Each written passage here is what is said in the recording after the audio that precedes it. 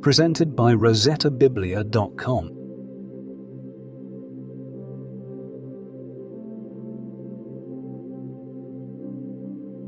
The first book of Moses, commonly called Genesis. 1. In the beginning, God created the heavens and the earth. The earth was formless and empty.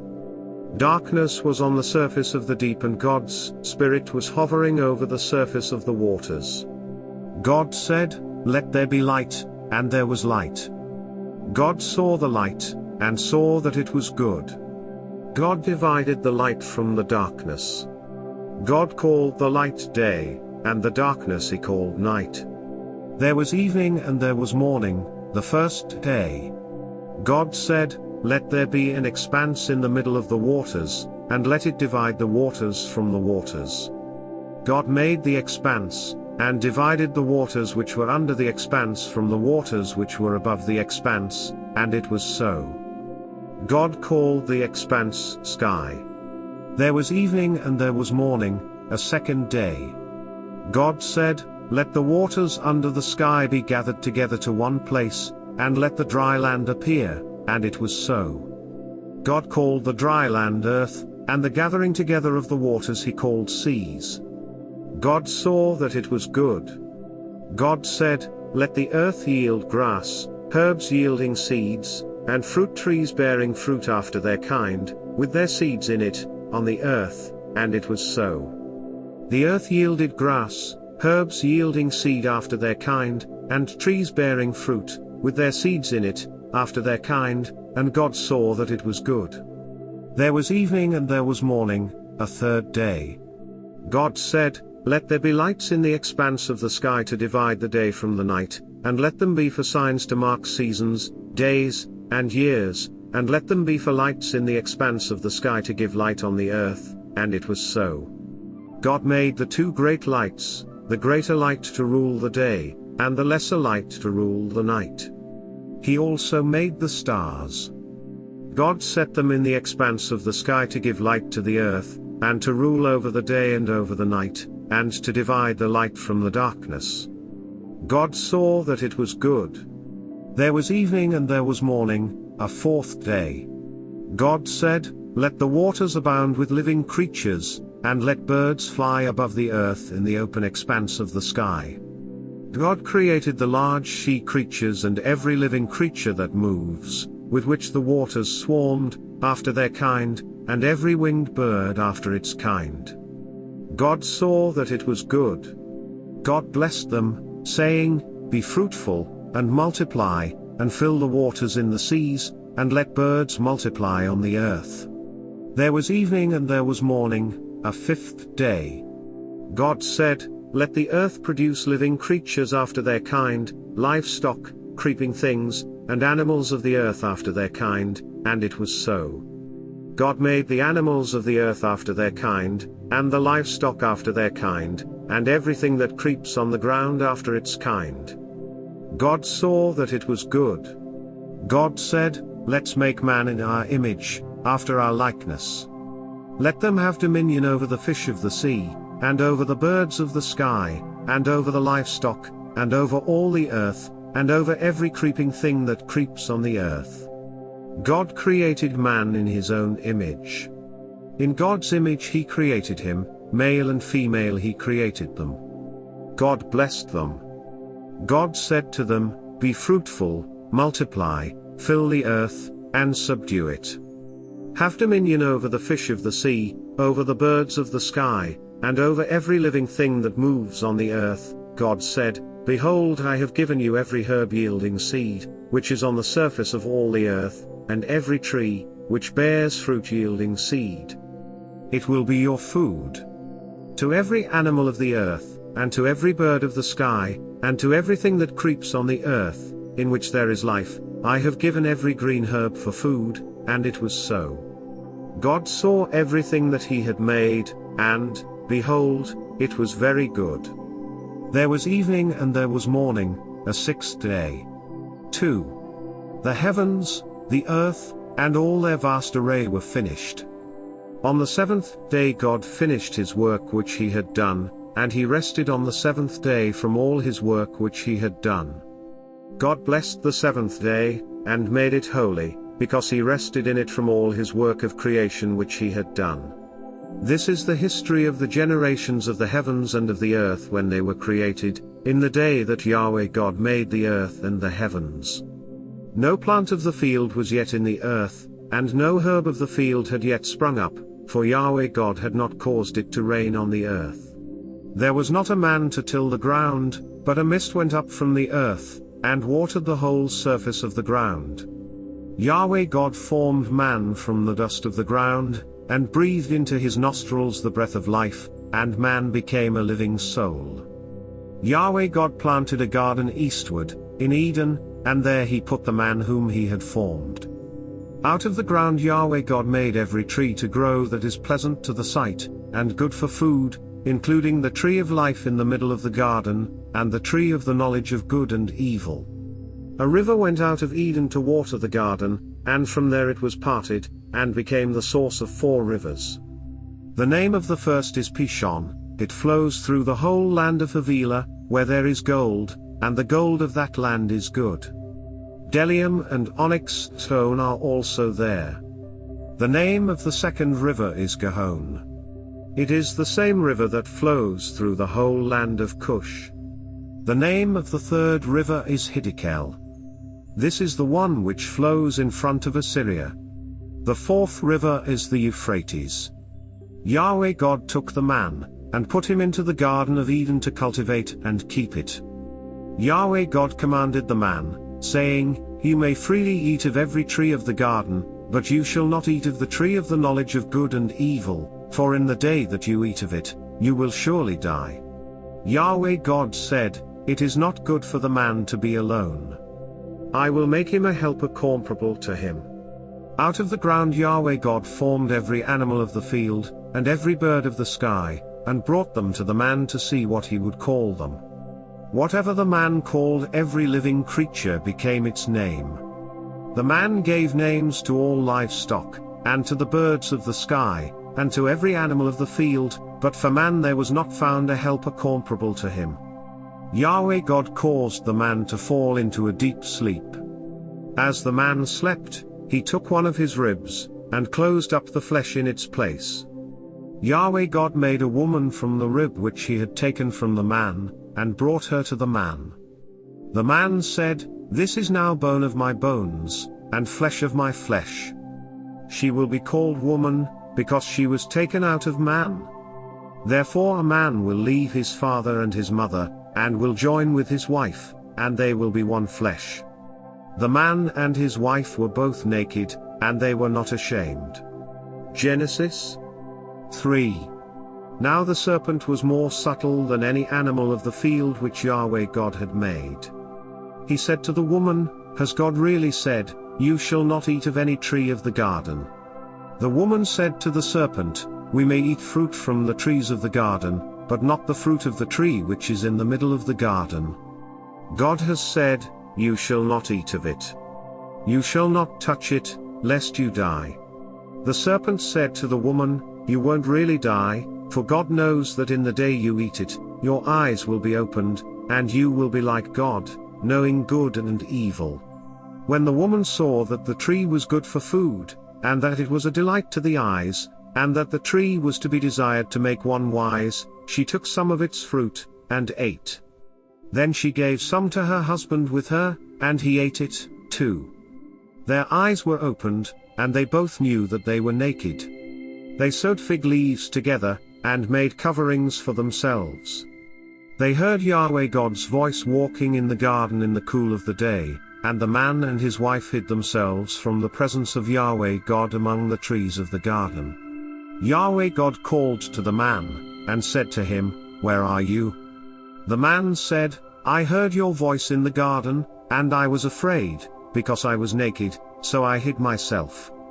God said, Who told you that you were naked? Have you eaten from the tree that I commanded you not to eat from? The man said, The woman whom you gave to be with me, she gave me fruit from the tree, and I ate it. Yahweh God said to the woman, What have you done? The woman said, The serpent deceived me, and I ate.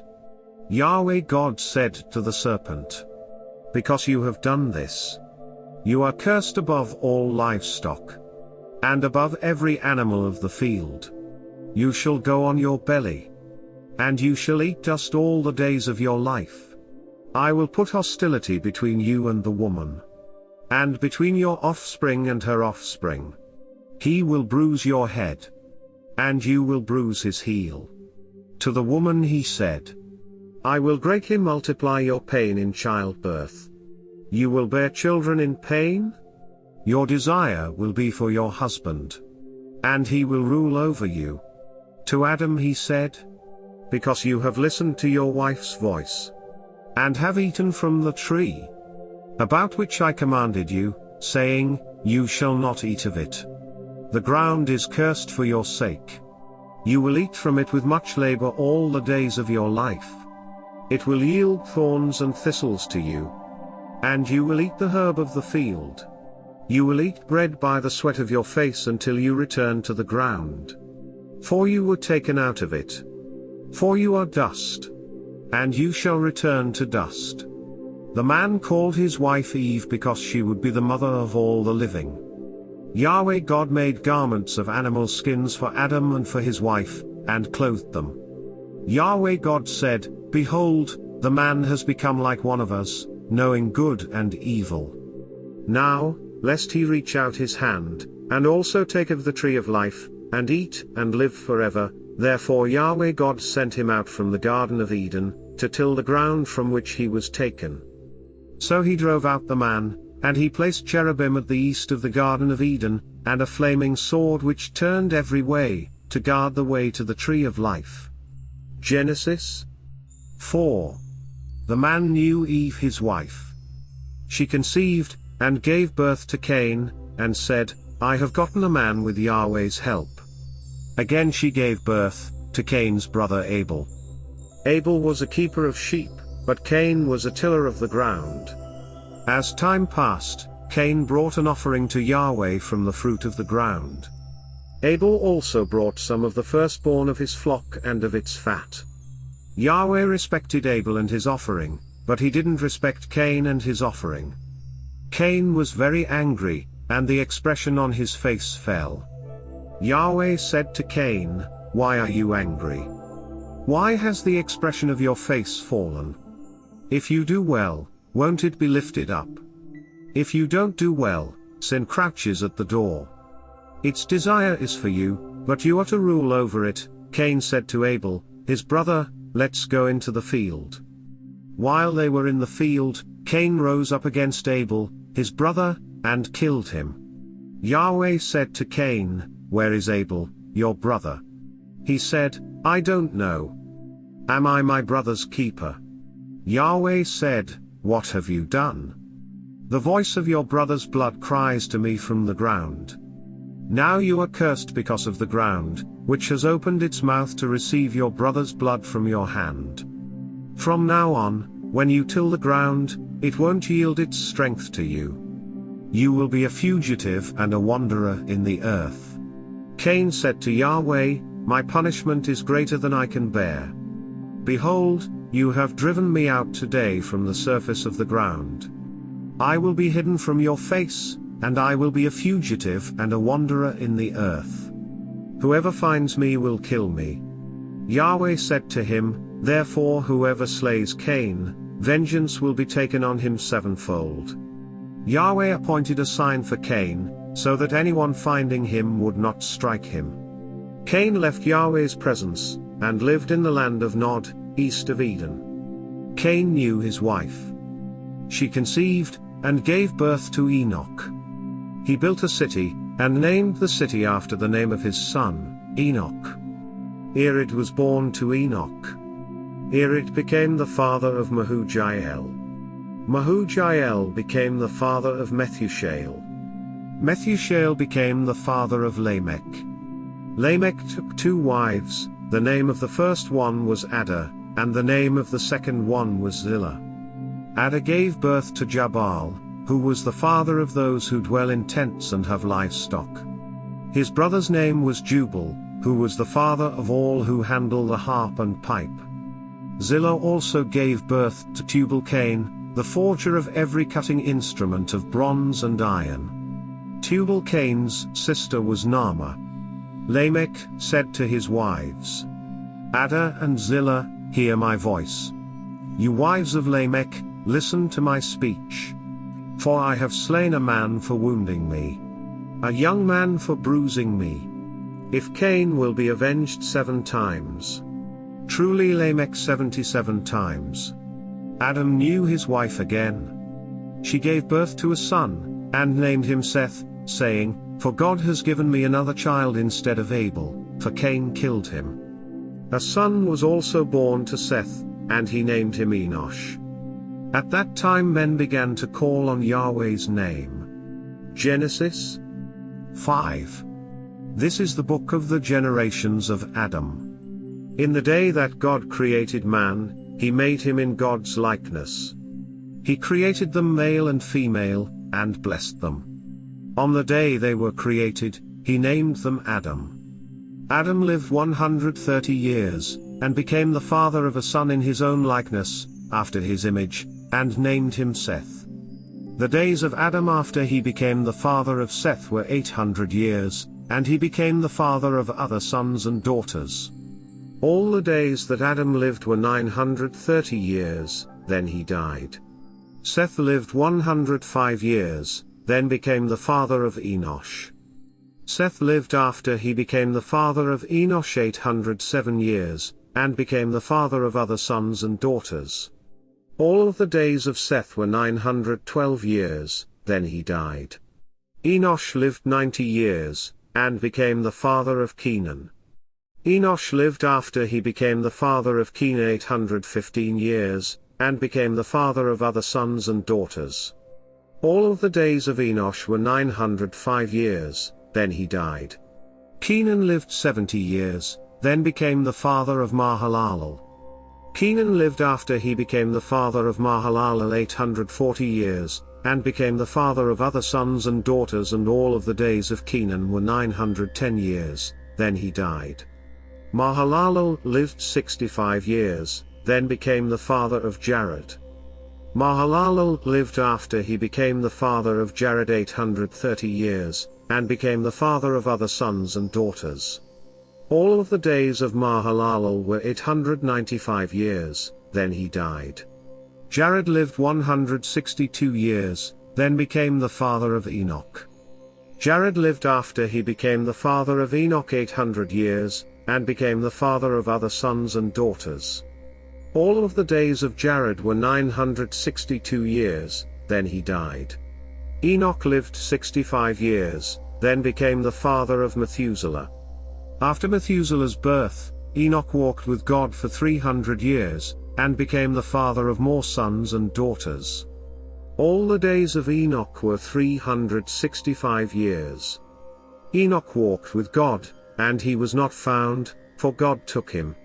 Methuselah lived 187 years, then became the father of Lamech. Methuselah lived after he became the father of Lamech 782 years, and became the father of other sons and daughters. All the days of Methuselah were 969 years, then he died. Lamech lived 182 years, then became the father of a son. He named him Noah, saying, This one will comfort us in our work and in the toil of our hands, caused by the ground which Yahweh has cursed. Lamech lived after he became the father of Noah 595 years, and became the father of other sons and daughters. All the days of Lamech were 777 years, then he died. Noah was 500 years old, then Noah became the father of Shem, Ham, and Japheth. Genesis 6. When men began to multiply on the surface of the ground, and daughters were born to them, God's sons saw that men's daughters were beautiful, and they took any that they wanted for themselves as wives.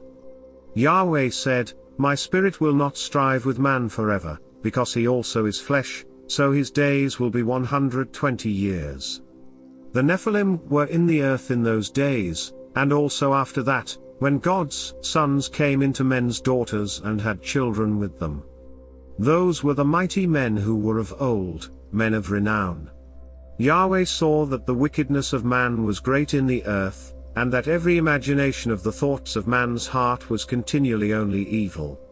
Yahweh was sorry that he had made man on the earth, and it grieved him in his heart. Yahweh said, I will destroy man whom I have created from the surface of the ground, man, along with animals, creeping things, and birds of the sky, for I am sorry that I have made them. But Noah found favor in Yahweh's eyes. This is the history of the generations of Noah. Noah was a righteous man, blameless among the people of his time. Noah walked with God. Noah became the father of 3 sons, Shem, Ham, and Japheth. The earth was corrupt before God, and the earth was filled with violence. God saw the earth, and saw that it was corrupt, for all flesh had corrupted their way on the earth.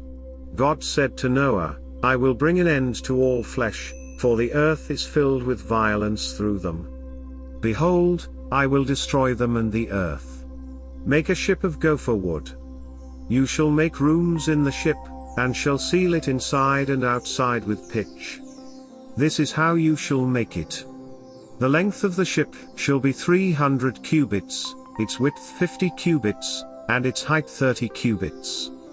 You shall make a roof in the ship, and you shall finish it to a cubit upward. You shall set the door of the ship in its side. You shall make it with lower, second, and third levels. I, even I, will bring the flood of waters on this earth, to destroy all flesh having the breath of life from under the sky. Everything that is in the earth will die. But I will establish my covenant with you. You shall come into the ship, you, your sons, your wife, and your sons' wives with you.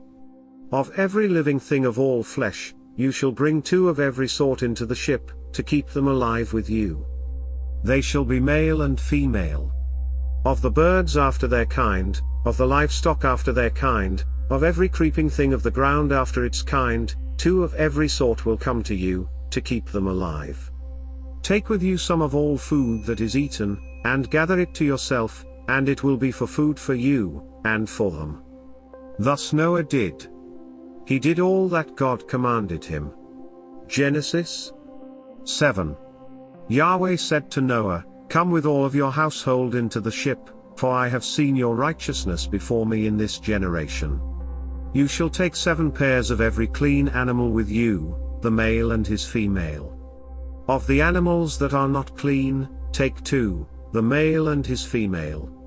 Also, of the birds of the sky, 7 and 7, male and female, to keep seed alive on the surface of all the earth. In 7 days, I will cause it to rain on the earth for 40 days and 40 nights. I will destroy every living thing that I have made from the surface of the ground. Noah did everything that Yahweh commanded him. Noah was 600 years old when the flood of waters came on the earth. Noah went into the ship with his sons, his wife, and his sons' wives, because of the floodwaters.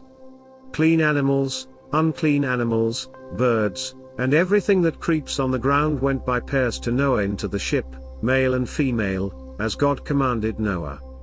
After the 7 days, the floodwaters came on the earth. In the 600th year of Noah's life, in the 2nd month, on the 17th day of the month, on that day all the fountains of the great deep burst open, and the sky's windows opened. It rained on the earth 40 days and 40 nights. In the same day Noah, and Shem, Ham, and Japheth, the sons of Noah, and Noah's wife and the 3 wives of his sons with them, entered into the ship, they, and every animal after its kind, all the livestock after their kind, every creeping thing that creeps on the earth after its kind, and every bird after its kind, every bird of every sort. Pairs from all flesh with the breath of life in them went into the ship to Noah. Those who went in male and female of all flesh, as God commanded him, then Yahweh shut him in.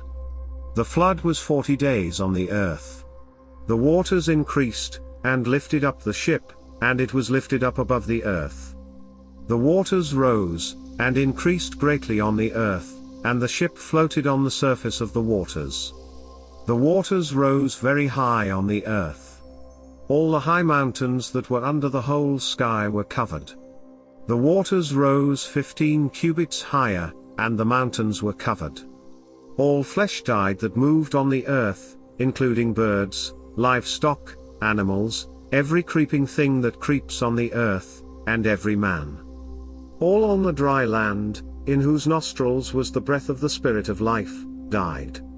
Every living thing was destroyed that was on the surface of the ground, including man, livestock, creeping things, and birds of the sky.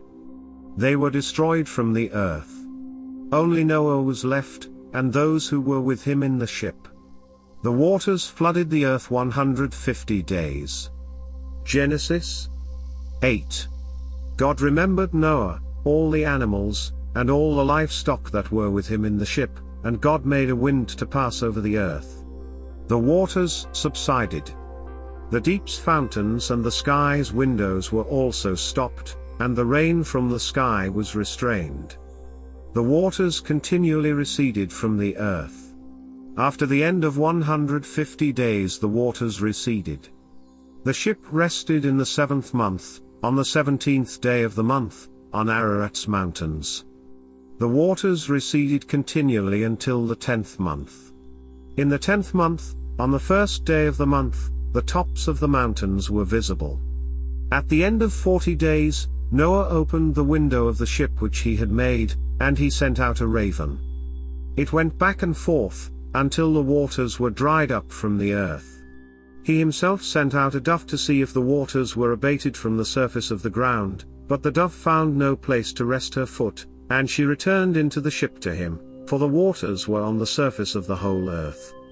He put out his hand, and took her, and brought her to him into the ship. He waited yet another 7 days, and again he sent the dove out of the ship. The dove came back to him at evening and, behold, in her mouth was a freshly plucked olive leaf. So Noah knew that the waters were abated from the earth. He waited yet another 7 days, and sent out the dove, and she didn't return to him any more. In the 601st year, in the 1st month, the 1st day of the month, the waters were dried up from the earth. Noah removed the covering of the ship, and looked. He saw that the surface of the ground was dry. In the 2nd month, on the 27th day of the month, the earth was dry. God spoke to Noah, saying, "Go out of the ship, you, your wife, your sons, and your sons' wives with you. Bring out with you every living thing that is with you of all flesh, including birds, livestock, and every creeping thing that creeps on the earth, that they may breed abundantly in the earth, and be fruitful, and multiply on the earth." Noah went out, with his sons, his wife, and his sons' wives with him. Every animal, every creeping thing, and every bird, whatever moves on the earth, after their families, went out of the ship. Noah built an altar to Yahweh, and took of every clean animal, and of every clean bird, and offered burnt offerings on the altar. Yahweh smelled the pleasant aroma. Yahweh said in his heart, "I will not again curse the ground any more for man's sake, because the imagination of man's heart is evil from his youth. I will never again strike every living thing, as I have done. While the earth remains, seed time and harvest, and cold and heat, and summer and winter, and day and night will not cease." Genesis 9. God blessed Noah and his sons, and said to them, "Be fruitful, multiply, and replenish the earth. The fear of you and the dread of you will be on every animal of the earth, and on every bird of the sky. Everything that moves along the ground, and all the fish of the sea, are delivered into your hand. Every moving thing that lives will be food for you. As I gave you the green herb, I have given everything to you. But flesh with its life, that is, its blood, you shall not eat. I will surely require accounting for your life's blood. At the hand of every animal I will require it. At the hand of man, even at the hand of every man's brother, I will require the life of man. Whoever sheds man's blood, his blood will be shed by man, For God made man in his own image. Be fruitful and multiply. Increase abundantly in the earth, and multiply in it. God spoke to Noah and to his sons with him, saying, As for me, behold, I establish my covenant with you, and with your offspring after you, and with every living creature that is with you, the birds, the livestock, and every animal of the earth with you, of all that go out of the ship, even every animal of the earth. I will establish my covenant with you, all flesh will not be cut off any more by the waters of the flood. There will never again be a flood to destroy the earth, God said. This is the token of the covenant which I make between me and you and every living creature that is with you, for perpetual generations. I set my rainbow in the cloud, and it will be a sign of a covenant between me and the earth. When I bring a cloud over the earth, that the rainbow will be seen in the cloud, I will remember my covenant, which is between me and you and every living creature of all flesh, and the waters will no more become a flood to destroy all flesh. The rainbow will be in the cloud.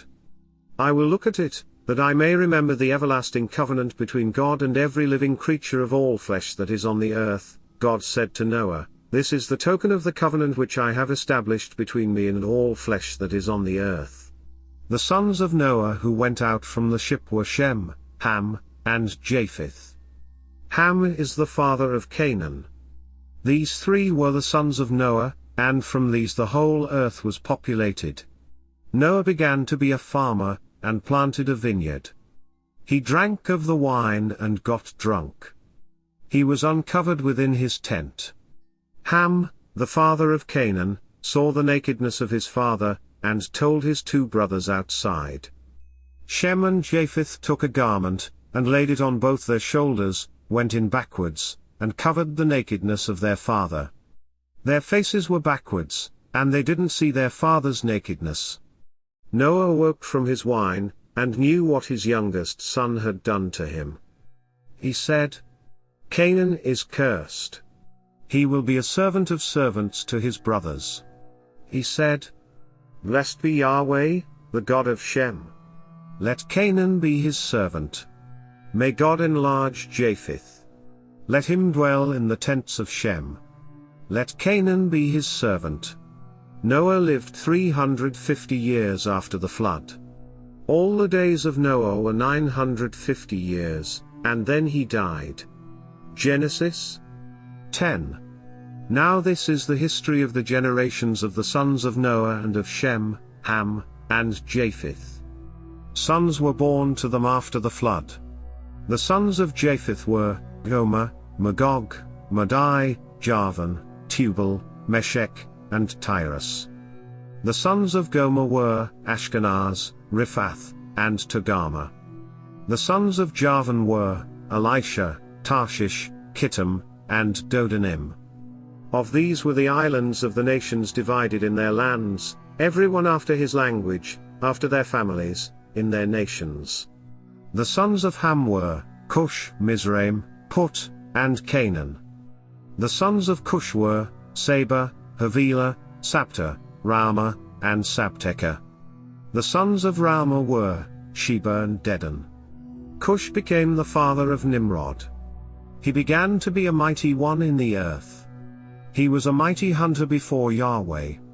Therefore, it is said, like Nimrod, a mighty hunter before Yahweh. The beginning of his kingdom was Babel, Erech, Akkad, and Calneh, in the land of Shinar. Out of that land he went into Assyria, and built Nineveh, Rehoboth-ir, Calah, and Rezin between Nineveh, and the great city Calah. Mizraim became the father of Ludum, Anamim, Lehabim, Naphtuhim, Pathrusim, Casluhim, which the Philistines descended from, and Caphtorim. Canaan became the father of Sidon, his firstborn, Heth, the Jebusites, the Amorites, the Girgashites, the Hivites, the Archites, the Sinites, the Arvadites, the Zmarites, and the Hamathites. Afterward the families of the Canaanites were spread abroad.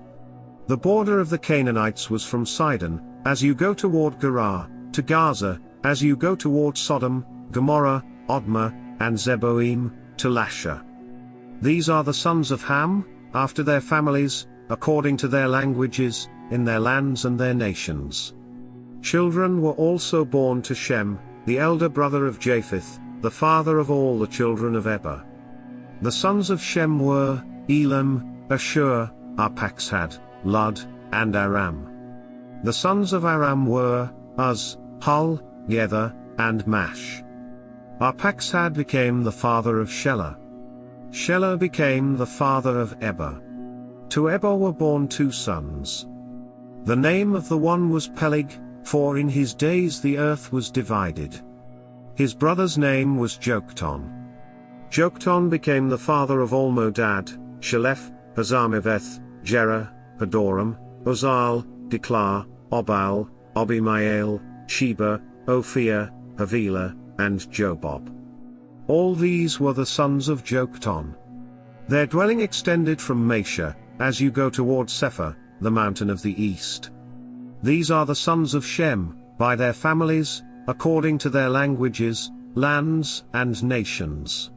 These are the families of the sons of Noah, by their generations, according to their nations. The nations divided from these in the earth after the flood. Genesis 11. The whole earth was of one language and of one speech. As they traveled east, they found a plain in the land of Shinar, and they lived there. They said to one another, "Come, let's make bricks, and burn them thoroughly." They had brick for stone, and they used tar for mortar. They said, "Come, let's build ourselves a city, and a tower whose top reaches to the sky, and let's make a name for ourselves, lest we be scattered abroad on the surface of the whole earth." Yahweh came down to see the city and the tower, which the children of men built. Yahweh said, "Behold, they are one people, and they all have one language, and this is what they begin to do. Now nothing will be withheld from them, which they intend to do. Come, let's go down, and there confuse their language, that they may not understand one another's speech." So Yahweh scattered them abroad from there on the surface of all the earth. They stopped building the city. Therefore, its name was called Babel, because there Yahweh confused the language of all the earth. From there, Yahweh scattered them abroad on the surface of all the earth. This is the history of the generations of Shem. Shem was 100 years old when he became the father of Arphaxad 2 years after the flood. Shem lived 500 years after he became the father of Arphaxad, and became the father of more sons and daughters. Arphaxad lived 35 years, and became the father of Shelah.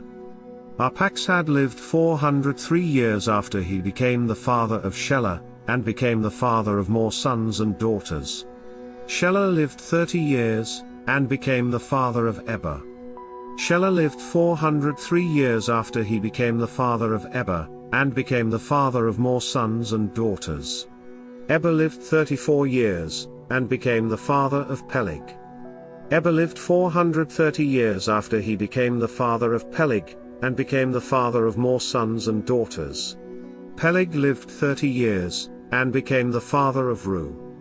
Peleg lived 209 years after he became the father of Ru, and became the father of more sons and daughters. Ru lived 32 years, and became the father of Serug. Ru lived 207 years after he became the father of Serug, and became the father of more sons and daughters. Serug lived 30 years, and became the father of Nahor. Serug lived 200 years after he became the father of Nahor, and became the father of more sons and daughters. Nahor lived 29 years, and became the father of Terah. Nahor lived 119 years after he became the father of Terah, and became the father of more sons and daughters. Terah lived 70 years, and became the father of Abram, Nahor, and Haran. Now this is the history of the generations of Terah. Terah became the father of Abram, Nahor, and Haran. Haran became the father of Lot. Haran died in the land of his birth, in Ur of the Chaldees, while his father Terah was still alive. Abram and Nahor married wives. The name of Abram's wife was Sarai, and the name of Nahor's wife was Milcah, the daughter of Haran, who was also the father of Iscah. Sarai was barren. She had no child. Terah took Abram his son, Lot the son of Haran, his son's son, and Sarai his daughter-in-law, his son Abram's wife. They went from Ur of the Chaldees, to go into the land of Canaan. They came to Haran and lived there. The days of Terah were 205 years. Terah died in Haran. Genesis 12. Now Yahweh said to Abram, "Leave your country, and your relatives, and your father's house, and go to the land that I will show you. I will make of you a great nation. I will bless you and make your name great. You will be a blessing. I will bless those who bless you, and I will curse him who treats you with contempt. All the families of the earth will be blessed through you." So Abram went, as Yahweh had told him. Lot went with him. Abram was 75 years old when he departed from Haran. Abram took Sarai his wife, Lot his brother's son, all their possessions that they had gathered, and the people whom they had acquired in Haran, and they went to go into the land of Canaan. They entered into the land of Canaan. Abram passed through the land to the place of Shechem, to the oak of Moreh. At that time, Canaanites were in the land. Yahweh appeared to Abram and said, "I will give this land to your offspring." He built an altar there to Yahweh, who had appeared to him.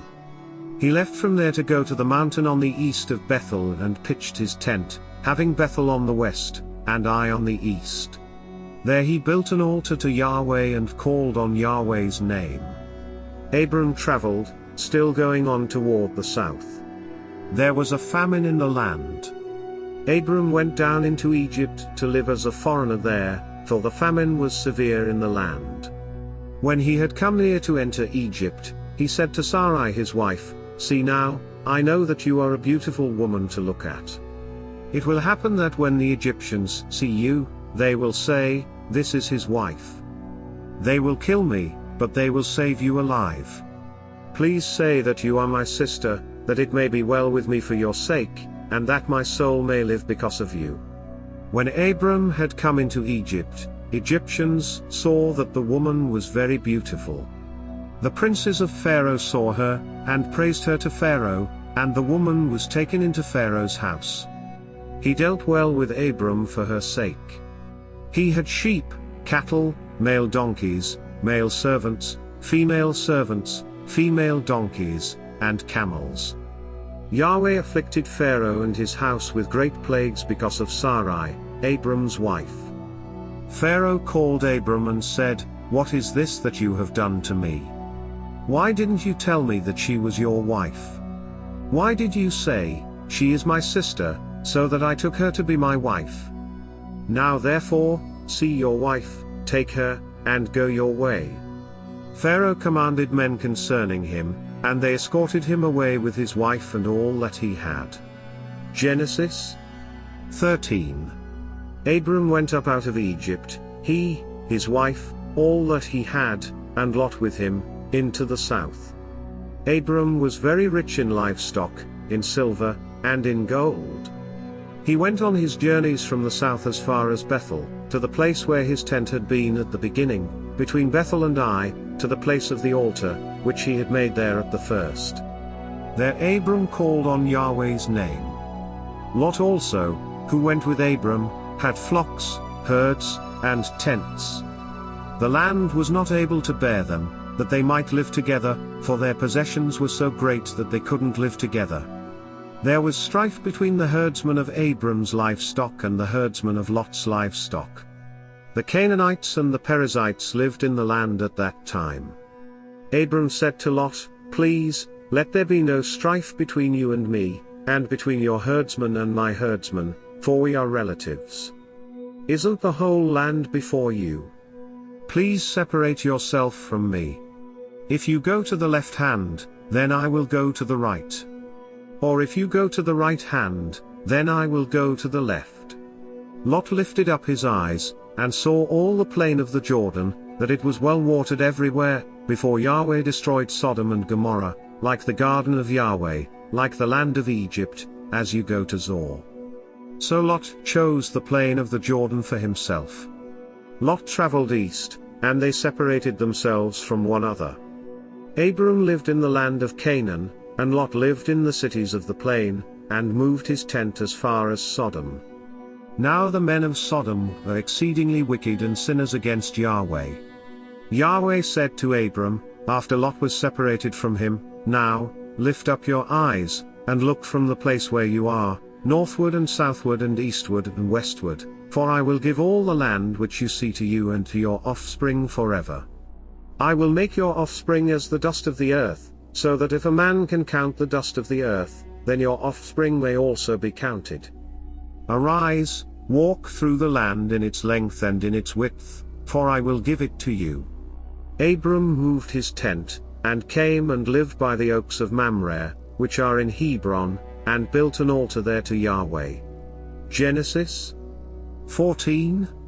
In the days of Amraphel, king of Shinar, Arioch, king of Elisar, Kedorlaomer, king of Elam, and Tidal, king of Goyim, they made war with Bera, king of Sodom, Bersha, king of Gomorrah, Shinob, king of Odma, Shemeba, king of Zeboim, and the king of Bela, also called Zor.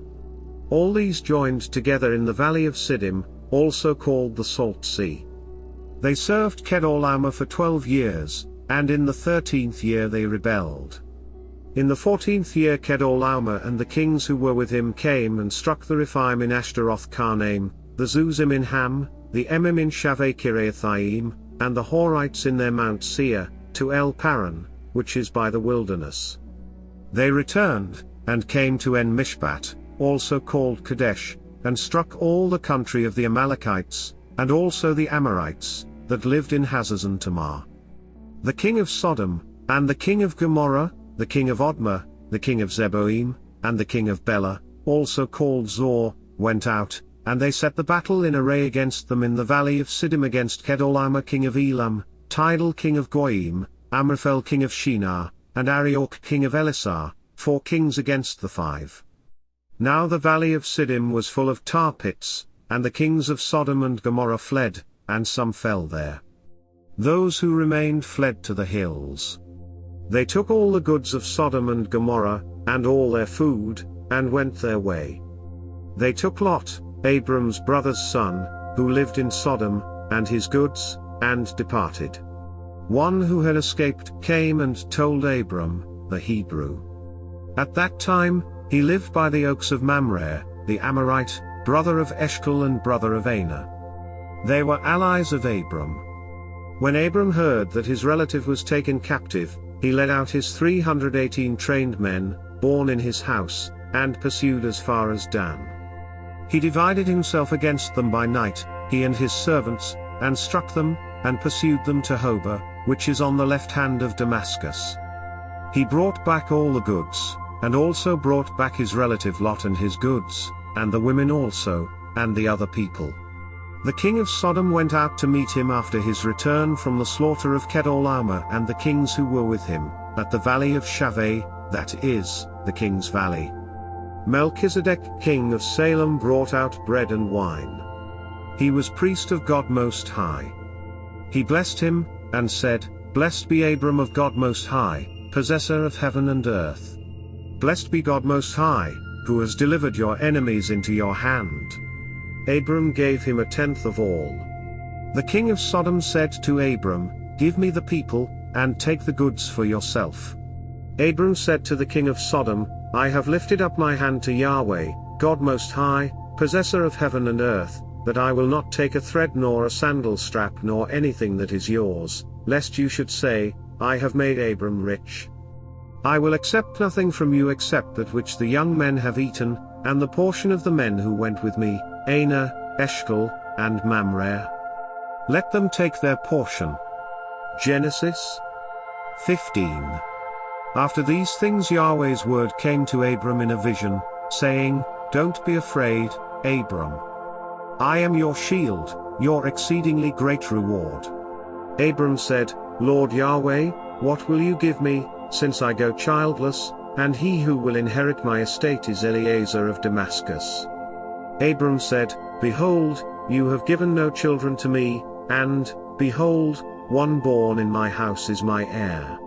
Behold, Yahweh's word came to him, saying, This man will not be your heir, but he who will come out of your own body will be your heir. Yahweh brought him outside, and said, Look now toward the sky, and count the stars, if you are able to count them. He said to Abram, So your offspring will be. He believed in Yahweh, who credited it to him for righteousness. He said to Abram, I am Yahweh who brought you out of Ur of the Chaldees, to give you this land to inherit it. He said, Lord Yahweh, how will I know that I will inherit it? He said to him, Bring me a heifer 3 years old, a female goat 3 years old, a ram 3 years old, a turtle dove, and a young pigeon. He brought him all these, and divided them in the middle, and laid each half opposite the other, but he didn't divide the birds. The birds of prey came down on the carcasses, and Abram drove them away. When the sun was going down, a deep sleep fell on Abram. Now terror and great darkness fell on him. He said to Abram, Know for sure that your offspring will live as foreigners in a land that is not theirs, and will serve them. They will afflict them 400 years. I will also judge that nation, whom they will serve. Afterward they will come out with great wealth, but you will go to your fathers in peace. You will be buried at a good old age. In the 4th generation they will come here again, for the iniquity of the Amorite is not yet full. It came to pass that, when the sun went down, and it was dark, behold, a smoking furnace and a flaming torch passed between these pieces.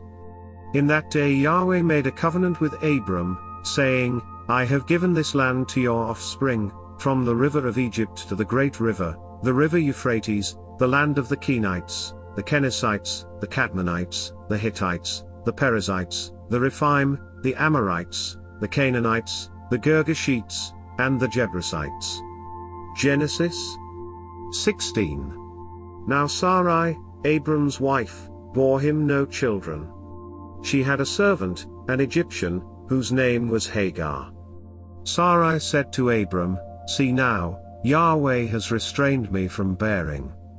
Please go in to my servant. It may be that I will obtain children by her. Abram listened to the voice of Sarai. Sarai, Abram's wife, took Hagar the Egyptian, her servant, after Abram had lived 10 years in the land of Canaan, and gave her to Abram her husband to be his wife. He went into Hagar, and she conceived. When she saw that she had conceived, her mistress was despised in her eyes. Sarai said to Abram, This wrong is your fault. I gave my servant into your bosom, and when she saw that she had conceived, she despised me. May Yahweh judge between me and you.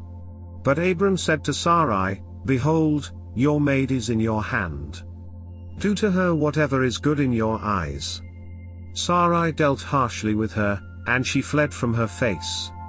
Yahweh's angel found her by a fountain of water in the wilderness, by the fountain on the way to Shur. He said, Hagar, Sarai's servant, where did you come from? Where are you going? She said, I am fleeing from the face of my mistress Sarai. Yahweh's angel said to her, Return to your mistress, and submit yourself under her hands. Yahweh's angel said to her, I will greatly multiply your offspring, that they will not be counted for multitude. Yahweh's angel said to her, Behold, you are with child, and will bear a son. You shall call his name Ishmael, because Yahweh has heard your affliction. He will be like a wild donkey among men. His hand will be against every man, and every man's hand against him. He will live opposed to all of his brothers. She called the name of Yahweh who spoke to her, You are a God who sees, for she said, Have I even stayed alive after seeing him? Therefore the well was called Beer Lahai Roi. Behold, it is between Kadesh and Bered. Hagar bore a son for Abram. Abram called the name of his son, whom Hagar bore, Ishmael. Abram was 86 years old when Hagar bore Ishmael to Abram. Genesis 16. Now Sarai, Abram's wife, bore him no children. She had a servant, an Egyptian, whose name was Hagar. Sarai said to Abram, "See now, Yahweh has restrained me from bearing. Please go in to my servant. It may be that I will obtain children by her." Abram listened to the voice of Sarai. Sarai, Abram's wife, took Hagar the Egyptian, her servant, after Abram had lived 10 years in the land of Canaan, and gave her to Abram her husband to be his wife. He went into Hagar, and she conceived. When she saw that she had conceived, her mistress was despised in her eyes. Sarai said to Abram, "This wrong is your fault. I gave my servant into your bosom, and when she saw that she had conceived, she despised me. May Yahweh judge between me and you." But Abram said to Sarai, "Behold, your maid is in your hand. Do to her whatever is good in your eyes." Sarai dealt harshly with her, and she fled from her face. Yahweh's angel found her by a fountain of water in the wilderness, by the fountain on the way to Shur. He said, "Hagar, Sarai's servant, where did you come from?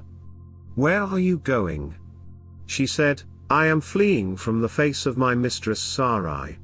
Yahweh's angel said to her, "Return to your mistress, and submit yourself under her hands." Yahweh's angel said to her, "I will greatly multiply your offspring, that they will not be counted for multitude." Yahweh's angel said to her, "Behold, you are with child, and will bear a son. You shall call his name Ishmael, because Yahweh has heard your affliction. He will be like a wild donkey among men. His hand will be against every man, and every man's hand against him. He will live opposed to all of his brothers." She called the name of Yahweh who spoke to her, "You are a God who sees," for she said, "Have I even stayed alive after seeing him?" Therefore the well was called Beer Lahai Roi. Behold, it is between Kadesh and Bered. Hagar bore a son for Abram. Abram called the name of his son, whom Hagar bore, Ishmael. Abram was 86 years old when Hagar bore Ishmael to Abram. Genesis 17. When Abram was 99 years old, Yahweh appeared to Abram and said to him, "I am God Almighty. Walk before me and be blameless. I will make my covenant between me and you, and will multiply you exceedingly." Abram fell on his face. God talked with him, saying, "As for me, behold, my covenant is with you. You will be the father of a multitude of nations. Your name will no more be called Abram, but your name will be Abraham, for I have made you the father of a multitude of nations. I will make you exceedingly fruitful, and I will make nations of you. Kings will come out of you. I will establish my covenant between me and you and your offspring after you throughout their generations for an everlasting covenant, to be a God to you and to your offspring after you. I will give to you, and to your offspring after you, the land where you are traveling, all the land of Canaan, for an everlasting possession. I will be their God." God said to Abraham, "As for you, you shall keep my covenant, you and your offspring after you throughout their generations. This is my covenant, which you shall keep, between me and you and your offspring after you. Every male among you shall be circumcised. You shall be circumcised in the flesh of your foreskin. It will be a token of the covenant between me and you. He who is 8 days old shall be circumcised among you, every male throughout your generations, he who is born in the house, or bought with money from any foreigner who is not of your offspring. He who is born in your house, and he who is bought with your money, must be circumcised. My covenant shall be in your flesh for an everlasting covenant. The uncircumcised male who is not circumcised in the flesh of his foreskin, that soul shall be cut off from his people. He has broken my covenant." God said to Abraham, "As for Sarai your wife, you shall not call her name Sarai, but her name shall be Sarah. I will bless her, and moreover I will give you a son by her. Yes, I will bless her, and she will be a mother of nations. Kings of peoples will come from her. Then Abraham fell on his face, and laughed, and said in his heart, Will a child be born to him who is 100 years old? Will Sarah, who is 90 years old, give birth? Abraham said to God, Oh, that Ishmael might live before you. God said, No, but Sarah, your wife, will bear you a son. You shall call his name Isaac. I will establish my covenant with him for an everlasting covenant for his offspring after him. As for Ishmael, I have heard you. Behold, I have blessed him, and will make him fruitful, and will multiply him exceedingly. He will become the father of 12 princes, and I will make him a great nation. But I will establish my covenant with Isaac, whom Sarah will bear to you at this set time next year. When he finished talking with him, God went up from Abraham. Abraham took Ishmael his son, all who were born in his house, and all who were bought with his money, every male among the men of Abraham's house, and circumcised the flesh of their foreskin in the same day, as God had said to him. Abraham was 99 years old when he was circumcised in the flesh of his foreskin. Ishmael, his son, was 13 years old when he was circumcised in the flesh of his foreskin. In the same day both Abraham and Ishmael, his son, were circumcised. All the men of his house, those born in the house, and those bought with money from a foreigner, were circumcised with him. Genesis 18. Yahweh appeared to him by the oaks of Mamre, as he sat in the tent door in the heat of the day. He lifted up his eyes and looked, and saw that 3 men stood near him. When he saw them, he ran to meet them from the tent door, and bowed himself to the earth, and said, My Lord, if now I have found favor in your sight, please don't go away from your servant. Now let a little water be fetched, wash your feet, and rest yourselves under the tree. I will get a piece of bread so you can refresh your heart. After that you may go your way, now that you have come to your servant. They said, Very well, do as you have said. Abraham hurried into the tent to Sarah, and said, Quickly prepare 3 seahs of fine meal, knead it, and make cakes. Abraham ran to the herd, and fetched a tender and good calf, and gave it to the servant. He hurried to dress it. He took butter, milk, and the calf which he had dressed, and set it before them. He stood by them under the tree, and they ate. They asked him, Where is Sarah, your wife? He said, There, in the tent. He said, I will certainly return to you at about this time next year, and behold, Sarah your wife will have a son. Sarah heard in the tent door, which was behind him. Now Abraham and Sarah were old, well advanced in age. Sarah had passed the age of childbearing. Sarah laughed within herself, saying, After I have grown old will I have pleasure, my Lord being old also.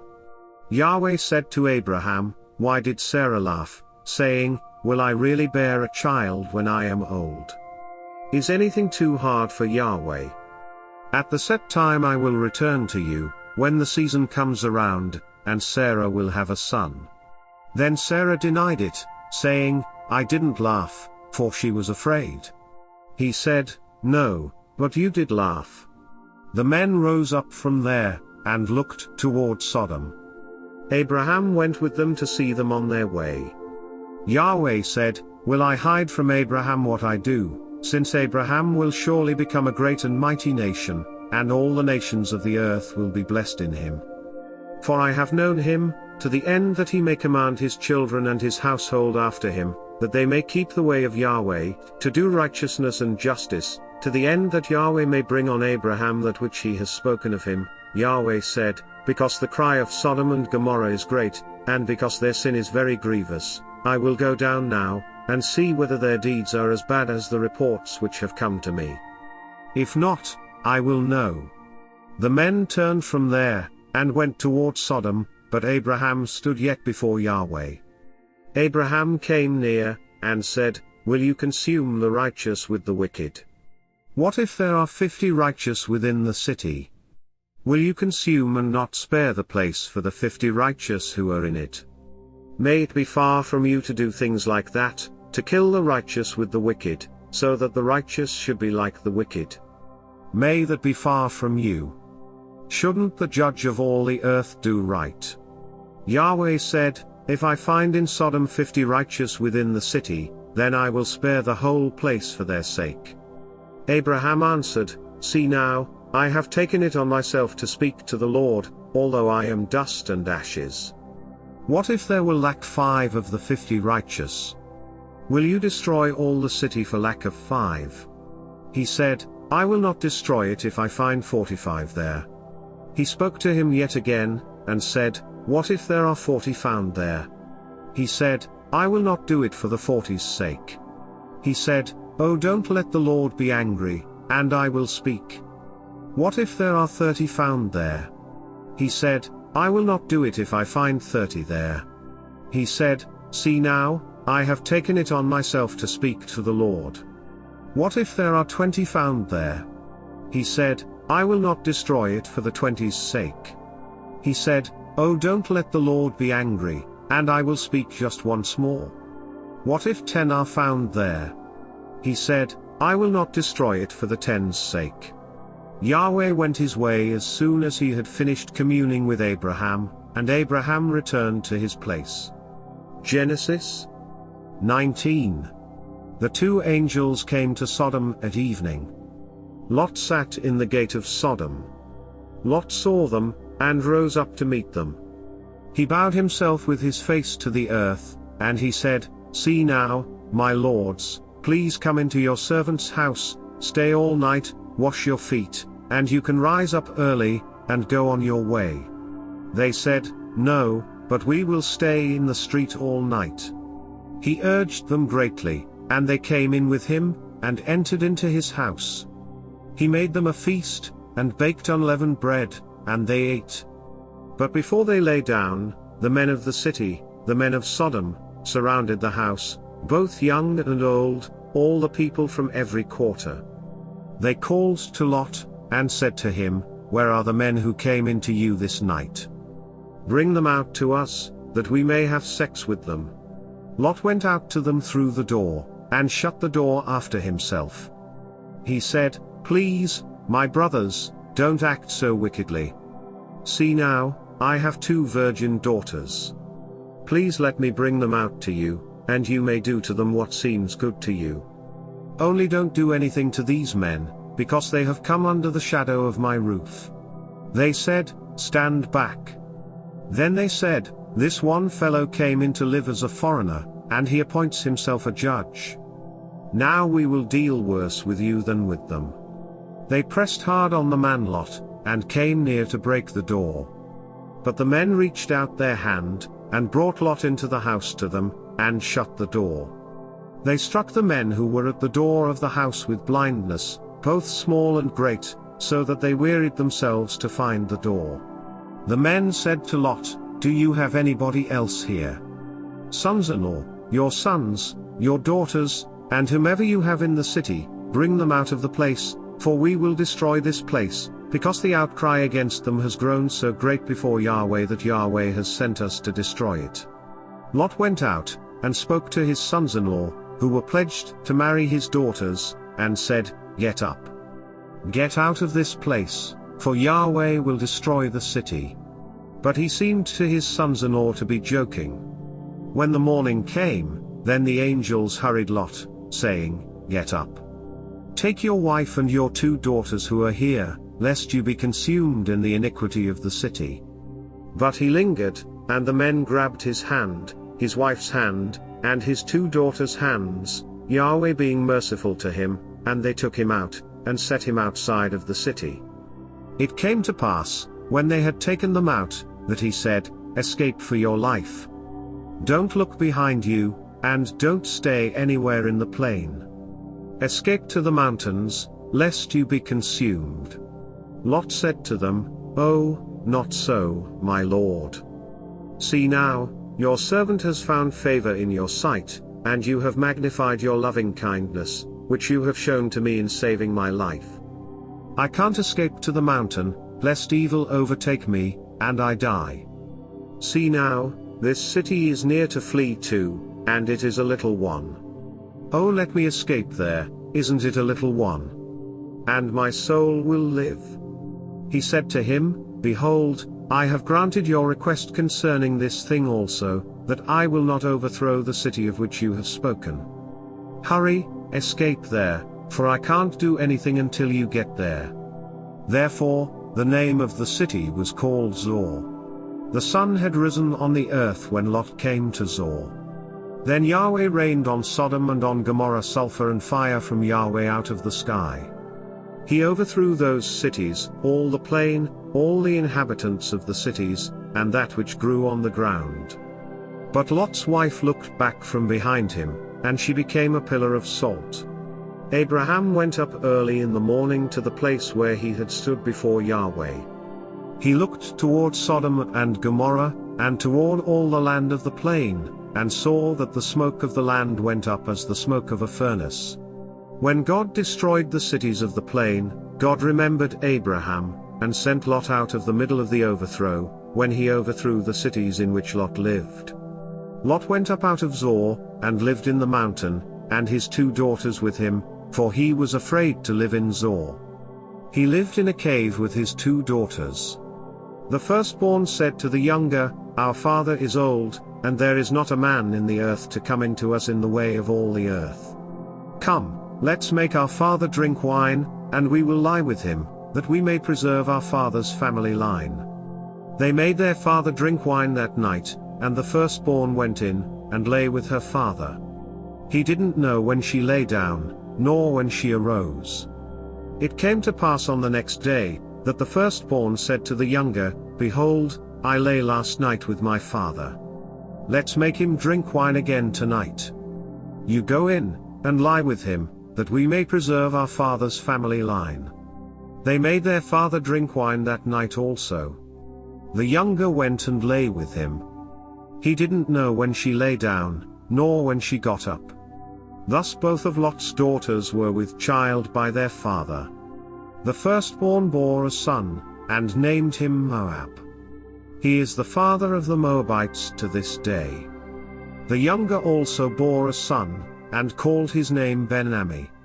He is the father of the children of Ammon to this day. Genesis 20. Abraham traveled from there toward the land of the south, and lived between Kadesh and Shur. He lived as a foreigner in Gerar. Abraham said about Sarah his wife, She is my sister. Abimelech king of Gerar sent, and took Sarah. But God came to Abimelech in a dream of the night, and said to him, Behold, you are a dead man, because of the woman whom you have taken, for she is a man's wife. Now Abimelech had not come near her. He said, Lord, will you kill even a righteous nation? Didn't he tell me, She is my sister? She, even she herself, said, He is my brother. I have done this in the integrity of my heart and the innocence of my hands. God said to him in the dream, Yes, I know that in the integrity of your heart you have done this, and I also withheld you from sinning against me. Therefore, I didn't allow you to touch her. Now therefore, restore the man's wife? For he is a prophet, and he will pray for you, and you will live. If you don't restore her, know for sure that you will die, you, and all who are yours. Abimelech rose early in the morning, and called all his servants, and told all these things in their ear. The men were very scared. Then Abimelech called Abraham, and said to him, What have you done to us? How have I sinned against you, that you have brought on me and on my kingdom a great sin? You have done deeds to me that ought not to be done. Abimelech said to Abraham, What did you see, that you have done this thing? Abraham said, Because I thought, surely the fear of God is not in this place. They will kill me for my wife's sake. Besides, she is indeed my sister, the daughter of my father, but not the daughter of my mother, and she became my wife. When God caused me to wander from my father's house, I said to her, This is your kindness which you shall show to me.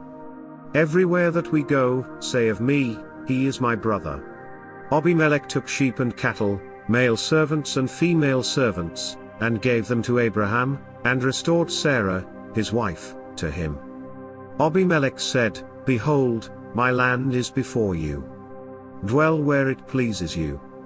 To Sarah he said, Behold, I have given your brother 1,000 pieces of silver. Behold, it is for you a covering of the eyes to all that are with you. In front of all you are vindicated. Abraham prayed to God. So God healed Abimelech, his wife, and his female servants, and they bore children. For Yahweh had closed up tight all the wombs of the house of Abimelech, because of Sarah, Abraham's wife. Genesis 21. Yahweh visited Sarah as he had said, and Yahweh did to Sarah as he had spoken. Sarah conceived, and bore Abraham a son in his old age, at the set time of which God had spoken to him. Abraham called his son who was born to him, whom Sarah bore to him, Isaac. Abraham circumcised his son, Isaac, when he was 8 days old, as God had commanded him. Abraham was 100 years old when his son, Isaac, was born to him. Sarah said, God has made me laugh. Everyone who hears will laugh with me, she said, who would have said to Abraham that Sarah would nurse children. For I have borne him a son in his old age. The child grew and was weaned. Abraham made a great feast on the day that Isaac was weaned. Sarah saw the son of Hagar the Egyptian, whom she had borne to Abraham, mocking. Therefore she said to Abraham, Cast out this servant and her son. For the son of this servant will not be heir with my son, Isaac. The thing was very grievous in Abraham's sight on account of his son. God said to Abraham, Don't let it be grievous in your sight because of the boy, and because of your servant. In all that Sarah says to you, listen to her voice. For your offspring will be named through Isaac. I will also make a nation of the son of the servant, because he is your child. Abraham rose up early in the morning, and took bread and a container of water, and gave it to Hagar, putting it on her shoulder, and gave her the child, and sent her away.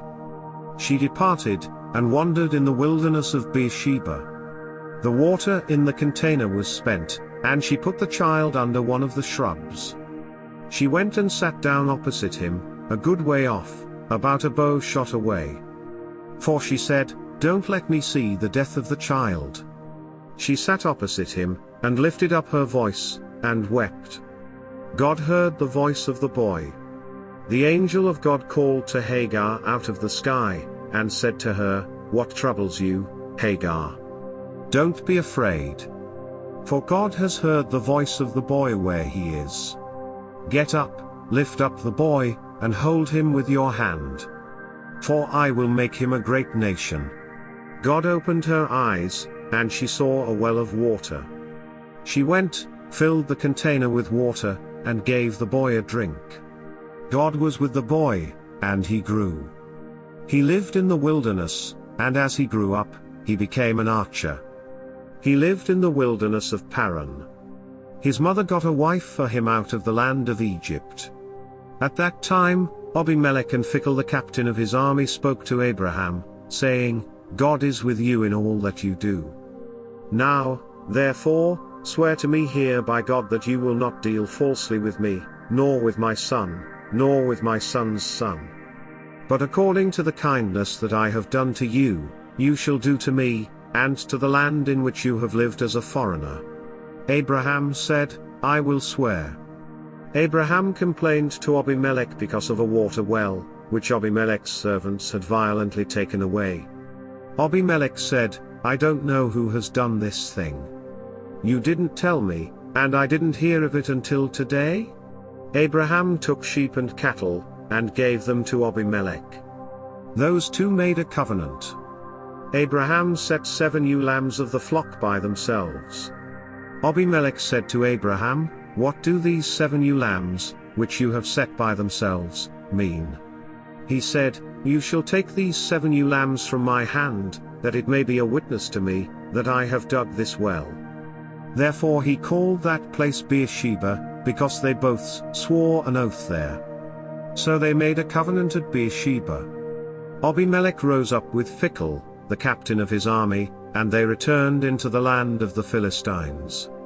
Abraham planted a tamarisk tree in Beersheba, and there he called on the name of Yahweh, the everlasting God. Abraham lived as a foreigner in the land of the Philistines many days. Genesis 22. After these things, God tested Abraham, and said to him, Abraham. He said, Here I am.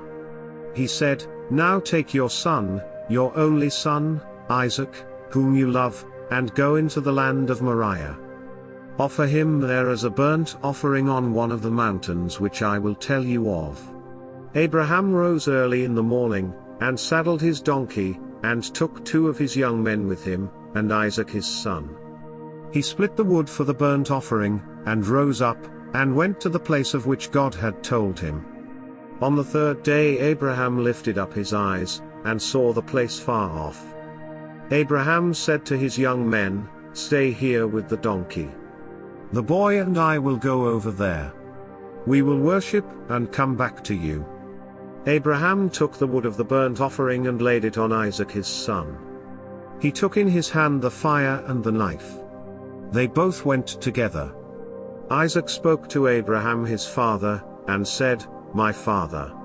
He said, Here I am, my son. He said, Here is the fire and the wood, but where is the lamb for a burnt offering? Abraham said, God will provide himself the lamb for a burnt offering, my son. So they both went together. They came to the place which God had told him of. Abraham built the altar there, and laid the wood in order, bound Isaac his son, and laid him on the altar, on the wood. Abraham stretched out his hand, and took the knife to kill his son. Yahweh's angel called to him out of the sky, and said, Abraham, Abraham. He said, Here I am. He said, Don't lay your hand on the boy or do anything to him. For now I know that you fear God, since you have not withheld your son, your only son, from me. Abraham lifted up his eyes, and looked, and saw that behind him was a ram caught in the thicket by his horns. Abraham went and took the ram, and offered him up for a burnt offering instead of his son. Abraham called the name of that place Yahweh will provide. As it is said to this day, on Yahweh's mountain, it will be provided. Yahweh's angel called to Abraham a second time out of the sky, and said, I have sworn by myself, says Yahweh, because you have done this thing, and have not withheld your son, your only son, that I will bless you greatly, and I will multiply your offspring greatly like the stars of the heavens, and like the sand which is on the seashore.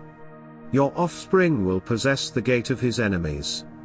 All the nations of the earth will be blessed by your offspring, because you have obeyed my voice. So Abraham returned to his young men, and they rose up and went together to Beersheba. Abraham lived at Beersheba. After these things, Abraham was told, Behold, Milcah, she also has borne children to your brother Nahor, as his firstborn, Buz his brother, Kemuel the father of Aram, Kesed, Hazo, Pildash, Jedloth, and Bethuel. Bethuel became the father of Rebekah. These 8 Milcah bore to Nahor, Abraham's brother. His concubine, whose name was Reumah, also bore Tebah, Gaam, Tahash, and Mocha. Genesis 23. Sarah lived 127 years. This was the length of Sarah's life. Sarah died in Kiriath Arba, also called Hebron, in the land of Canaan. Abraham came to mourn for Sarah, and to weep for her. Abraham rose up from before his dead and spoke to the children of Heth, saying, I am a stranger and a foreigner living with you. Give me a possession of a burying place with you, that I may bury my dead out of my sight. The children of Heth answered Abraham, saying to him, Hear us, my lord. You are a prince of God among us. Bury your dead in the best of our tombs. None of us will withhold from you his tomb. Bury your dead. Abraham rose up, and bowed himself to the people of the land, to the children of Heth. He talked with them, saying, If you agree that I should bury my dead out of my sight, hear me, and entreat for me to Ephron the son of Zohar, that he may sell me the cave of Machpelah, which he has, which is in the end of his field. For the full price let him sell it to me among you as a possession for a burial place. Now Ephron was sitting in the middle of the children of Heth. Ephron the Hittite answered Abraham in the hearing of the children of Heth, even of all who went in at the gate of his city, saying, No, my lord, hear me. I give you the field, and I give you the cave that is in it. In the presence of the children of my people I give it to you. Bury your dead. Abraham bowed himself down before the people of the land. He spoke to Ephron in the audience of the people of the land, saying, But if you will, please hear me. I will give the price of the field. Take it from me, and I will bury my dead there. Ephron answered Abraham, saying to him, My lord, listen to me. What is a piece of land worth 400 shekels of silver between me and you? Therefore bury your dead. Abraham listened to Ephron. Abraham weighed to Ephron the silver which he had named in the hearing of the children of Heth, 400 shekels of silver, according to the current merchant's standard. So the field of Ephron, which was in Machpelah, which was before Mamre, the field, the cave which was in it, and all the trees that were in the field, that were in all of its borders, were deeded to Abraham for a possession in the presence of the children of Heth, before all who went in at the gate of his city. After this, Abraham buried Sarah his wife in the cave of the field of Machpelah before Mamre, that is, Hebron, in the land of Canaan. The field, and the cave that is in it, were deeded to Abraham by the children of Heth as a possession for a burial place. Genesis 24. Abraham was old, and well advanced in age. Yahweh had blessed Abraham in all things. Abraham said to his servant, the elder of his house, who ruled over all that he had, Please put your hand under my thigh. I will make you swear by Yahweh, the God of heaven and the God of the earth, that you shall not take a wife for my son of the daughters of the Canaanites, among whom I live. But you shall go to my country, and to my relatives, and take a wife for my son Isaac. The servant said to him, What if the woman isn't willing to follow me to this land? Must I bring your son again to the land you came from? Abraham said to him, Beware that you don't bring my son there again. Yahweh, the God of heaven, who took me from my father's house, and from the land of my birth, who spoke to me, and who swore to me, saying, I will give this land to your offspring, he will send his angel before you, and you shall take a wife for my son from there. If the woman isn't willing to follow you, then you shall be clear from this oath to me. Only you shall not bring my son there again. The servant put his hand under the thigh of Abraham his master, and swore to him concerning this matter. The servant took 10 of his master's camels, and departed, having a variety of good things of his master's with him. He arose, and went to Mesopotamia, to the city of Nahor. He made the camels kneel down outside the city by the well of water at the time of evening, the time that women go out to draw water. He said, Yahweh, the God of my master Abraham, please give me success today, and show kindness to my master Abraham. Behold, I am standing by the spring of water. The daughters of the men of the city are coming out to draw water. Let it happen, that the young lady to whom I will say, Please let down your pitcher, that I may drink, then she says, Drink, and I will also give your camels a drink, let her be the one you have appointed for your servant Isaac. By this I will know that you have shown kindness to my master. Before he had finished speaking, behold, Rebekah came out, who was born to Bethuel the son of Milcah, the wife of Nahor, Abraham's brother, with her pitcher on her shoulder. The young lady was very beautiful to look at, a virgin. No man had known her. She went down to the spring, filled her pitcher, and came up. The servant ran to meet her, and said, Please give me a drink, a little water from your pitcher. She said, Drink, my lord. She hurried, and let down her pitcher on her hand, and gave him a drink. When she had finished giving him a drink, she said, "I will also draw for your camels, until they have finished drinking." She hurried, and emptied her pitcher into the trough, and ran again to the well to draw, and drew for all his camels. The man looked steadfastly at her, remaining silent, to know whether Yahweh had made his journey prosperous or not. As the camels had done drinking, the man took a golden ring of 1/2 shekel weight, and 2 bracelets for her hands of 10 shekels weight of gold, and said, "Whose daughter are you? Please tell me. Is there room in your father's house for us to stay?" She said to him, "I am the daughter of Bethuel the son of Milcah, whom she bore to Nahor." She said moreover to him, "We have both straw and feed enough, and room to lodge in." The man bowed his head, and worshipped Yahweh.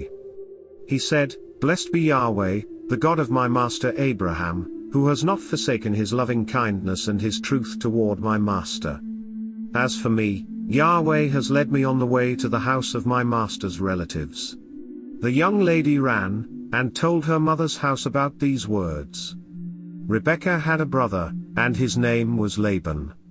Laban ran out to the man, to the spring. When he saw the ring, and the bracelets on his sister's hands, and when he heard the words of Rebekah his sister, saying, "This is what the man said to me," he came to the man. Behold, he was standing by the camels at the spring. He said, "Come in, you blessed of Yahweh. Why do you stand outside? For I have prepared the house, and room for the camels." The man came into the house, and he unloaded the camels. He gave straw and feed for the camels, and water to wash his feet, and the feet of the men who were with him. Food was set before him to eat, but he said, "I will not eat until I have told my message." Laban said, "Speak on." He said, "I am Abraham's servant. Yahweh has blessed my master greatly. He has become great.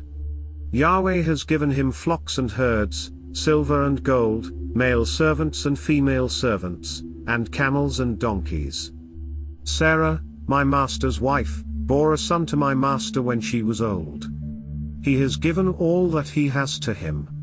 My master made me swear, saying, 'You shall not take a wife for my son from the daughters of the Canaanites, in whose land I live, but you shall go to my father's house, and to my relatives, and take a wife for my son.' I asked my master, 'What if the woman will not follow me?' He said to me, 'Yahweh, before whom I walk, will send his angel with you, and prosper your way. You shall take a wife for my son from my relatives, and of my father's house. Then you will be clear from my oath, when you come to my relatives. If they don't give her to you, you shall be clear from my oath.' I came today to the spring, and said, 'Yahweh, the God of my master Abraham, if now you do prosper my way which I go, behold, I am standing by this spring of water.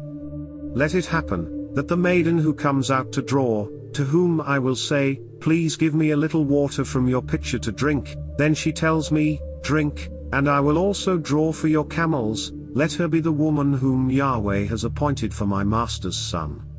Before I had finished speaking in my heart, behold, Rebekah came out with her pitcher on her shoulder.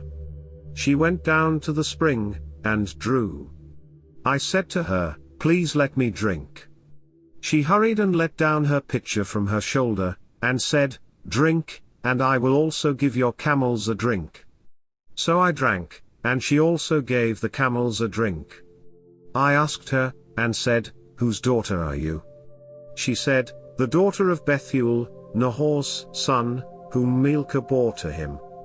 I put the ring on her nose, and the bracelets on her hands. I bowed my head, and worshipped Yahweh, and blessed Yahweh, the God of my master Abraham, who had led me in the right way to take my master's brother's daughter for his son. Now if you will deal kindly and truly with my master, tell me. If not, tell me, that I may turn to the right hand, or to the left. Then Laban and Bethuel answered, The thing proceeds from Yahweh. We can't speak to you bad or good. Behold, Rebekah is before you. Take her, and go, and let her be your master's son's wife, as Yahweh has spoken." When Abraham's servant heard their words, he bowed himself down to the earth to Yahweh. The servant brought out jewels of silver, and jewels of gold, and clothing, and gave them to Rebekah. He also gave precious things to her brother and her mother. They ate and drank, he and the men who were with him, and stayed all night. They rose up in the morning, and he said, "Send me away to my master." Her brother and her mother said, "Let the young lady stay with us a few days, at least 10. After that she will go." He said to them, "Don't hinder me, since Yahweh has prospered my way. Send me away that I may go to my master." They said, "We will call the young lady, and ask her." They called Rebekah, and said to her, "Will you go with this man?" She said, "I will go." They sent away Rebekah, their sister, with her nurse, Abraham's servant, and his men. They blessed Rebekah, and said to her, "Our sister, may you be the mother of thousands of 10,000s, and let your offspring possess the gate of those who hate them." Rebekah arose with her ladies. They rode on the camels, and followed the man. The servant took Rebekah, and went his way. Isaac came from the way of Beer-lahai-roi, for he lived in the land of the south. Isaac went out to meditate in the field at the evening. He lifted up his eyes and looked. Behold, there were camels coming. Rebekah lifted up her eyes, and when she saw Isaac, she got off the camel. She said to the servant, "Who is the man who is walking in the field to meet us?" The servant said, "It is my master." She took her veil, and covered herself. The servant told Isaac all the things that he had done. Isaac brought her into his mother Sarah's tent, and took Rebekah, and she became his wife. He loved her. So Isaac was comforted after his mother's death. Genesis 25. Abraham took another wife, and her name was Keturah. She bore him Zimron, Jokshon, Medan, Midian, Ishbak, and Shua. Jokshon became the father of Sheba, and Dedan. The sons of Dedan were Ashurim, Letushim, and Laamim. The sons of Midian were Ephah, Hanok, Abida, and Eldaah. All these were the children of Keturah. Abraham gave all that he had to Isaac, but Abraham gave gifts to the sons of Abraham's concubines.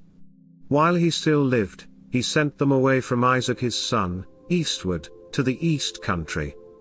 These are the days of the years of Abraham's life which he lived, 175 years.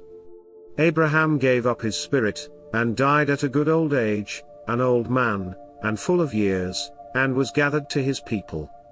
Isaac and Ishmael, his sons, buried him in the cave of Machpelah, in the field of Ephron, the son of Zohar the Hittite, which is near Mamre, the field which Abraham purchased from the children of Heth. Abraham was buried there with Sarah, his wife. After the death of Abraham, God blessed Isaac, his son. Isaac lived by Beer-lahai-roi. Now this is the history of the generations of Ishmael, Abraham's son, whom Hagar the Egyptian, Sarah's servant, bore to Abraham. These are the names of the sons of Ishmael, by their names, according to the order of their birth: the firstborn of Ishmael, Nebaioth, then Kedar, Adbeel, Mibsam, Mishma, Dumah, Massa, Hadad, Tema, Jetur, Nephish, and Kedemah. These are the sons of Ishmael, and these are their names, by their villages, and by their encampments, 12 princes, according to their nations. These are the years of the life of Ishmael, 137 years. He gave up his spirit and died, and was gathered to his people. They lived from Havilah to Shur, that is before Egypt, as you go toward Assyria. He lived opposite all his relatives. This is the history of the generations of Isaac, Abraham's son. Abraham became the father of Isaac. Isaac was 40 years old when he took Rebekah, the daughter of Bethuel the Syrian of Paddan Aram, the sister of Laban the Syrian, to be his wife. Isaac entreated Yahweh for his wife, because she was barren. Yahweh was entreated by him, and Rebekah his wife conceived. The children struggled together within her. She said, "If it is like this, why do I live?" She went to inquire of Yahweh. Yahweh said to her, "Two nations are in your womb. Two peoples will be separated from your body. The one people will be stronger than the other people. The elder will serve the younger." When her days to be delivered were fulfilled, behold, there were twins in her womb. The first came out red all over, like a hairy garment. They named him Esau. After that, his brother came out, and his hand had hold on Esau's heel. He was named Jacob. Isaac was 60 years old when she bore them. The boys grew. Esau was a skillful hunter, a man of the field. Jacob was a quiet man, living in tents. Now Isaac loved Esau, because he ate his venison. Rebekah loved Jacob. Jacob boiled stew. Esau came in from the field, and he was famished. Esau said to Jacob, "Please feed me with some of that red stew, for I am famished."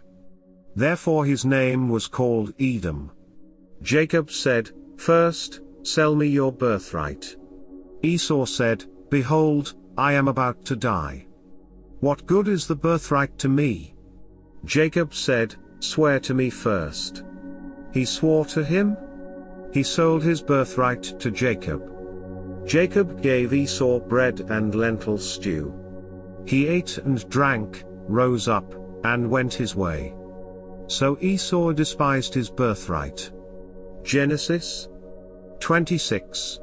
There was a famine in the land, in addition to the first famine that was in the days of Abraham.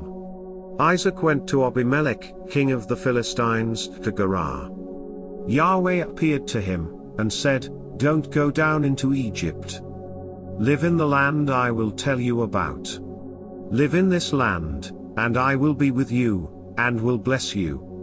For I will give to you, and to your offspring, all these lands, and I will establish the oath which I swore to Abraham your father.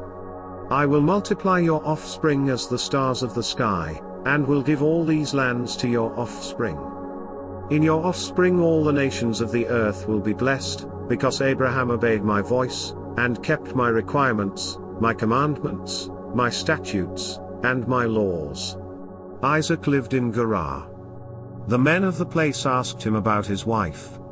He said, "She is my sister," for he was afraid to say, "My wife," lest, he thought, the men of the place might kill me for Rebekah, because she is beautiful to look at.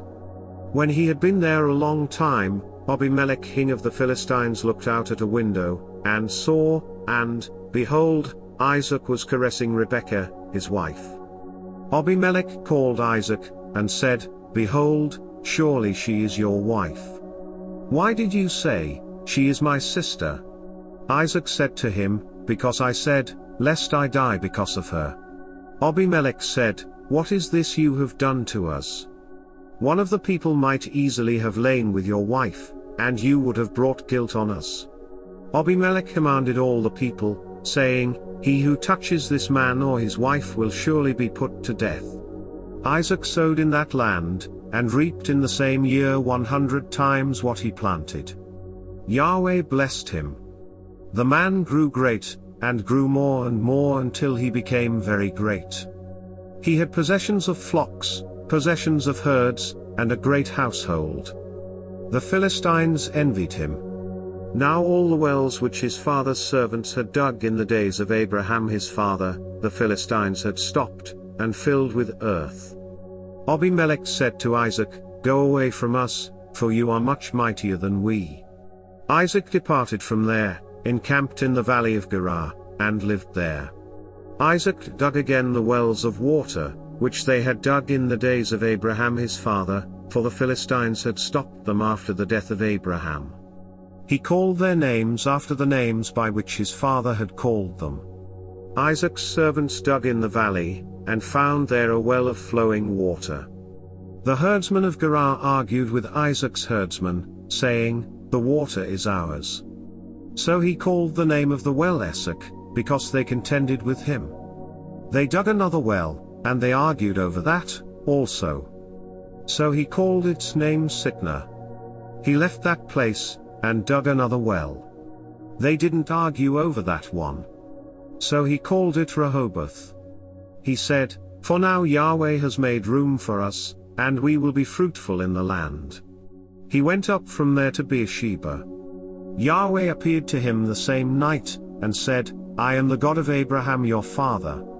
Don't be afraid, for I am with you, and will bless you, and multiply your offspring for my servant Abraham's sake." He built an altar there, and called on Yahweh's name, and pitched his tent there. There Isaac's servants dug a well. Then Abimelech went to him from Gerar with Ahuzzath his friend, and Phicol the captain of his army. Isaac said to them, "Why have you come to me, since you hate me, and have sent me away from you?" They said, "We saw plainly that Yahweh was with you." We said, "Let there now be an oath between us, even between us and you, and let's make a covenant with you, that you will do us no harm, as we have not touched you, and as we have done to you nothing but good, and have sent you away in peace. You are now the blessed of Yahweh." He made them a feast, and they ate and drank. They rose up sometime in the morning, and swore an oath to one another. Isaac sent them away, and they departed from him in peace. The same day, Isaac's servants came, and told him concerning the well which they had dug, and said to him, "We have found water." He called it Sheba. Therefore the name of the city is Beersheba to this day. When Esau was 40 years old, he took as wife Judith, the daughter of Beeri the Hittite, and Basemath, the daughter of Elon the Hittite. They grieved Isaac's and Rebekah's spirits. Genesis 27. When Isaac was old, and his eyes were dim, so that he could not see, he called Esau his elder son, and said to him, "My son." He said to him, "Here I am." He said, "See now, I am old. I don't know the day of my death. Now therefore, please take your weapons, your quiver and your bow, and go out to the field, and get me venison. Make me savory food, such as I love, and bring it to me, that I may eat, and that my soul may bless you before I die." Rebekah heard when Isaac spoke to Esau his son. Esau went to the field to hunt for venison, and to bring it. Rebekah spoke to Jacob her son, saying, "Behold, I heard your father speak to Esau your brother, saying, Bring me venison, and make me savory food, that I may eat, and bless you before Yahweh before my death. Now therefore, my son, obey my voice according to that which I command you. Go now to the flock and get me 2 good young goats from there. I will make them savory food for your father, such as he loves. You shall bring it to your father, that he may eat, so that he may bless you before his death." Jacob said to Rebekah his mother, "Behold, Esau my brother is a hairy man, and I am a smooth man. What if my father touches me? I will seem to him as a deceiver, and I would bring a curse on myself, and not a blessing." His mother said to him, "Let your curse be on me, my son. Only obey my voice, and go get them for me." He went, and got them, and brought them to his mother. His mother made savory food, such as his father loved. Rebekah took the good clothes of Esau, her elder son, which were with her in the house, and put them on Jacob, her younger son. She put the skins of the young goats on his hands, and on the smooth of his neck. She gave the savory food and the bread, which she had prepared, into the hand of her son Jacob. He came to his father, and said, "My father." He said, "Here I am." "Who are you, my son?" Jacob said to his father, "I am Esau your firstborn. I have done what you asked me to do. Please arise, sit and eat of my venison, that your soul may bless me." Isaac said to his son, "How is it that you have found it so quickly, my son?" He said, "Because Yahweh your God gave me success." Isaac said to Jacob, Please come near, that I may feel you, my son, whether you are really my son Esau or not. Jacob went near to Isaac his father. He felt him, and said, The voice is Jacob's voice, but the hands are the hands of Esau. He didn't recognize him, because his hands were hairy, like his brother Esau's hands. So he blessed him. He said, Are you really my son Esau? He said, I am. He said, Bring it near to me, and I will eat of my son's venison, that my soul may bless you. He brought it near to him, and he ate. He brought him wine, and he drank. His father Isaac said to him, Come near now, and kiss me, my son. He came near, and kissed him. He smelled the smell of his clothing, and blessed him, and said, Behold, the smell of my son is as the smell of a field which Yahweh has blessed.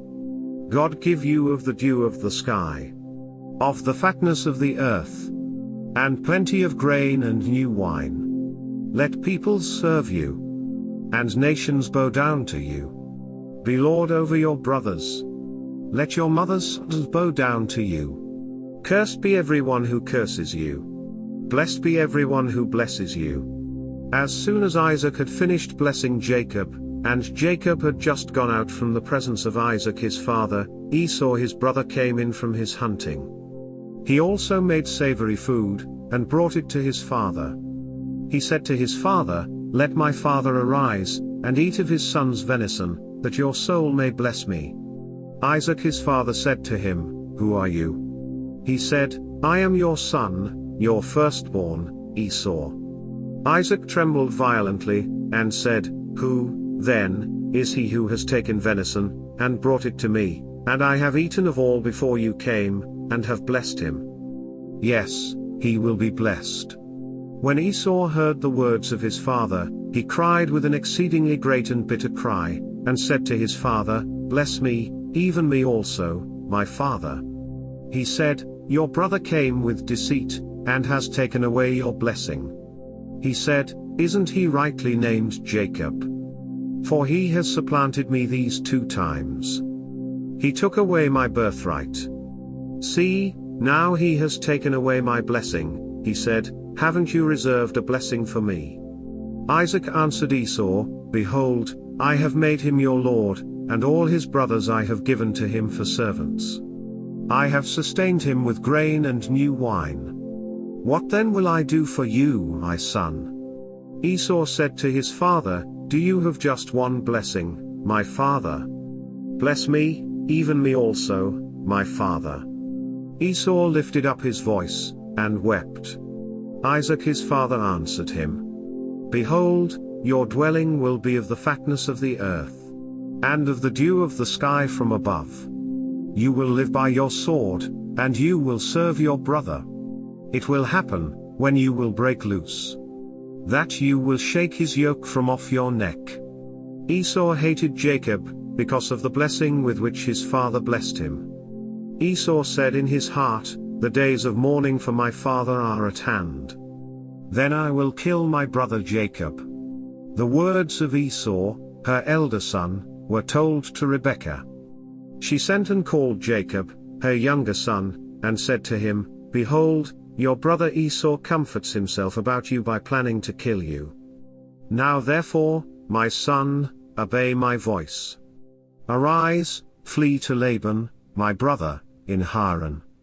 Stay with him a few days, until your brother's fury turns away, until your brother's anger turns away from you, and he forgets what you have done to him. Then I will send, and get you from there. Why should I be bereaved of you both in one day? Rebekah said to Isaac, I am weary of my life because of the daughters of Heth. If Jacob takes a wife of the daughters of Heth, such as these, of the daughters of the land, what good will my life do me? Genesis 28. Isaac called Jacob, blessed him, and commanded him, You shall not take a wife of the daughters of Canaan. Arise, go to Paddan Aram, to the house of Bethuel your mother's father. Take a wife from there from the daughters of Laban, your mother's brother. May God Almighty bless you, and make you fruitful, and multiply you, that you may be a company of peoples, and give you the blessing of Abraham, to you and to your offspring with you, that you may inherit the land where you travel, which God gave to Abraham. Isaac sent Jacob away. He went to Paddan Aram to Laban, son of Bethuel the Syrian, the brother of Rebekah, Jacob's and Esau's mother. Now Esau saw that Isaac had blessed Jacob and sent him away to Paddan Aram, to take him a wife from there, and that as he blessed him he gave him a command, saying, You shall not take a wife of the daughters of Canaan, and that Jacob obeyed his father and his mother, and was gone to Paddan Aram. Esau saw that the daughters of Canaan didn't please Isaac, his father. So Esau went to Ishmael, and took, in addition to the wives that he had, Mahalath the daughter of Ishmael, Abraham's son, the sister of Nebaioth, to be his wife. Jacob went out from Beersheba, and went toward Haran. He came to a certain place, and stayed there all night, because the sun had set. He took one of the stones of the place, and put it under his head, and lay down in that place to sleep. He dreamed and saw a stairway set upon the earth, and its top reached to heaven. Behold, the angels of God were ascending and descending on it. Behold, Yahweh stood above it, and said, I am Yahweh, the God of Abraham your father, and the God of Isaac. I will give the land you lie on to you and to your offspring. Your offspring will be as the dust of the earth, and you will spread abroad to the west, and to the east, and to the north, and to the south. In you and in your offspring, all the families of the earth will be blessed. Behold, I am with you, and will keep you, wherever you go, and will bring you again into this land. For I will not leave you until I have done that which I have spoken of to you. Jacob awakened out of his sleep, and he said, Surely Yahweh is in this place, and I didn't know it. He was afraid, and said, How awesome this place is! This is none other than God's house, and this is the gate of heaven. Jacob rose up early in the morning, and took the stone that he had put under his head, and set it up for a pillar, and poured oil on its top. He called the name of that place Bethel, but the name of the city was Luz at the first. Jacob vowed a vow, saying, If God will be with me, and will keep me in this way that I go, and will give me bread to eat, and clothing to put on, so that I come again to my father's house in peace, and Yahweh will be my God, then this stone, which I have set up for a pillar, will be God's house. Of all that you will give me I will surely give a tenth to you. Genesis 29. Then Jacob went on his journey, and came to the land of the children of the east. He looked, and saw a well in the field, and saw 3 flocks of sheep lying there by it. For out of that well they watered the flocks. The stone on the well's mouth was large. There all the flocks were gathered. They rolled the stone from the well's mouth, and watered the sheep, and put the stone back on the well's mouth in its place. Jacob said to them, My relatives, where are you from? They said, We are from Haran. He said to them, Do you know Laban, the son of Nahor? They said, We know him. He said to them, Is it well with him? They said, It is well. See, Rachel, his daughter, is coming with the sheep. He said, Behold, it is still the middle of the day, not time to gather the livestock together. Water the sheep, and go and feed them. They said, We can't, until all the flocks are gathered together, and they roll the stone from the well's mouth. Then we will water the sheep. While he was yet speaking with them, Rachel came with her father's sheep, for she kept them. When Jacob saw Rachel the daughter of Laban, his mother's brother, and the sheep of Laban, his mother's brother, Jacob went near, and rolled the stone from the well's mouth, and watered the flock of Laban his mother's brother.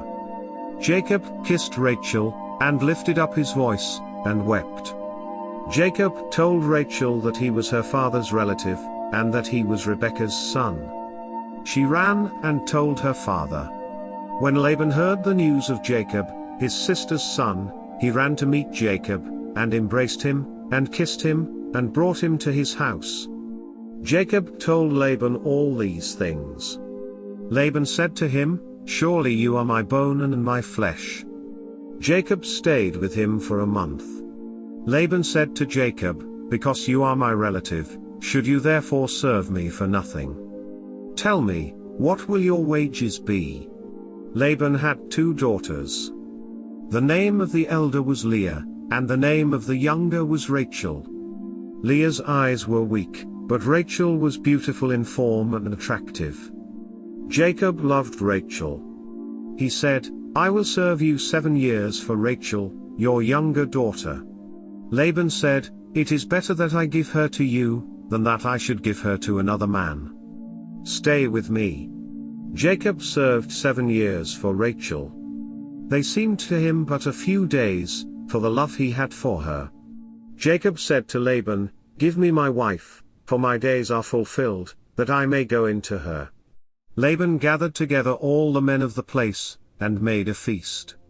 In the evening, he took Leah his daughter, and brought her to Jacob. He went into her. Laban gave Zilpah his servant to his daughter Leah for a servant. In the morning, behold, it was Leah. He said to Laban, "What is this you have done to me? Didn't I serve with you for Rachel? Why then have you deceived me?" Laban said, "It is not done so in our place, to give the younger before the firstborn. Fulfill the week of this one, and we will give you the other also for the service which you will serve with me for 7 more years." Jacob did so, and fulfilled her week. He gave him Rachel his daughter as wife. Laban gave Bilhah, his servant, to his daughter Rachel to be her servant. He went in also to Rachel, and he loved also Rachel more than Leah, and served with him 7 more years. Yahweh saw that Leah was hated, and he opened her womb, but Rachel was barren. Leah conceived, and bore a son, and she named him Reuben. For she said, "Because Yahweh has looked at my affliction, for now my husband will love me." She conceived again, and bore a son, and said, "Because Yahweh has heard that I am hated, he has therefore given me this son also." She named him Simeon. She conceived again, and bore a son.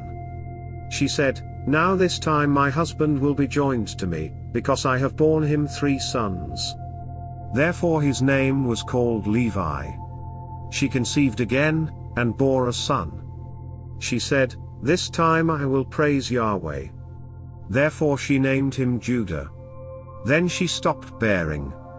Genesis 30. When Rachel saw that she bore Jacob no children, Rachel envied her sister. She said to Jacob, "Give me children, or else I will die." Jacob's anger burned against Rachel, and he said, "Am I in God's place, who has withheld from you the fruit of the womb?" She said, "Behold, my maid Bilhah. Go into her, that she may bear on my knees, and I also may obtain children by her." She gave him Bilhah her servant as wife, and Jacob went into her. Bilhah conceived, and bore Jacob a son. Rachel said, "God has judged me, and has also heard my voice, and has given me a son." Therefore she called his name Dan. Bilhah, Rachel's servant, conceived again, and bore Jacob a second son. Rachel said, "I have wrestled with my sister with mighty wrestlings, and have prevailed." She named him Naphtali. When Leah saw that she had finished bearing, she took Zilpah, her servant, and gave her to Jacob as a wife. Zilpah, Leah's servant, bore Jacob a son. Leah said, "How fortunate!" She named him Gad. Zilpah, Leah's servant, bore Jacob a second son.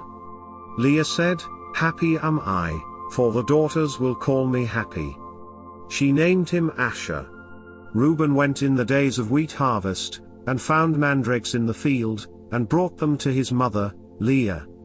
Then Rachel said to Leah, "Please give me some of your son's mandrakes." Leah said to her, "Is it a small matter that you have taken away my husband? Would you take away my son's mandrakes, also?" Rachel said, "Therefore he will lie with you tonight for your son's mandrakes." Jacob came from the field in the evening, and Leah went out to meet him, and said, "You must come in to me, for I have surely hired you with my son's mandrakes." He lay with her that night. God listened to Leah, and she conceived, and bore Jacob a fifth son. Leah said, "God has given me my hire, because I gave my servant to my husband." She named him Issachar. Leah conceived again, and bore a sixth son to Jacob. Leah said, "God has endowed me with a good dowry. Now my husband will live with me, because I have borne him 6 sons." She named him Zebulun. Afterwards, she bore a daughter, and named her Dinah. God remembered Rachel, and God listened to her, and opened her womb. She conceived, bore a son, and said, "God has taken away my reproach." She named him Joseph, saying, "May Yahweh add another son to me." When Rachel had borne Joseph, Jacob said to Laban, "Send me away, that I may go to my own place, and to my country. Give me my wives and my children for whom I have served you, and let me go, for you know my service with which I have served you." Laban said to him, "If now I have found favor in your eyes, stay here, for I have divined that Yahweh has blessed me for your sake." He said, "Appoint me your wages, and I will give it." Jacob said to him, "You know how I have served you, and how your livestock have fared with me. For it was little which you had before I came, and it has increased to a multitude. Yahweh has blessed you wherever I turned. Now when will I provide for my own house also?" Laban said, "What shall I give you?" Jacob said, "You shall not give me anything. If you will do this thing for me, I will again feed your flock and keep it. I will pass through all your flock today, removing from there every speckled and spotted one, and every black one among the sheep, and the spotted and speckled among the goats. This will be my hire. So my righteousness will answer for me hereafter, when you come concerning my hire that is before you. Every one that is not speckled and spotted among the goats, and black among the sheep, that might be with me, will be considered stolen." Laban said, "Behold, let it be according to your word." That day, he removed the male goats that were streaked and spotted, and all the female goats that were speckled and spotted, every one that had white in it, and all the black ones among the sheep, and gave them into the hand of his sons. He set 3 days' journey between himself and Jacob fed the rest of Laban's flocks. Jacob took to himself rods of fresh poplar, almond, and plane tree, peeled white streaks in them, and made the white appear which was in the rods. He set the rods which he had peeled opposite the flocks in the watering troughs where the flocks came to drink. They conceived when they came to drink. The flocks conceived before the rods, and the flocks produced streaked, speckled, and spotted. Jacob separated the lambs, and set the faces of the flocks toward the streaked and all the black in Laban's flock. He put his own droves apart, and didn't put them into Laban's flock. Whenever the stronger of the flock conceived, Jacob laid the rods in front of the eyes of the flock in the watering troughs, that they might conceive among the rods, but when the flock were feeble, he didn't put them in. So the feebler were Laban's, and the stronger Jacob's. The man increased exceedingly, and had large flocks, female servants and male servants, and camels and donkeys. Genesis 31. Jacob heard Laban's son's words, saying, "Jacob has taken away all that was our father's. He has obtained all this wealth from that which was our father's." Jacob saw the expression on Laban's face, and, behold, it was not toward him as before. Yahweh said to Jacob, "Return to the land of your fathers, and to your relatives, and I will be with you." Jacob sent and called Rachel and Leah to the field to his flock, and said to them, "I see the expression on your father's face, that it is not toward me as before, but the God of my father has been with me. You know that I have served your father with all of my strength. Your father has deceived me, and changed my wages 10 times, but God didn't allow him to hurt me. If he said, 'The speckled will be your wages,' then all the flock bore speckled. If he said, the streaked will be your wages, then all the flock bore streaked.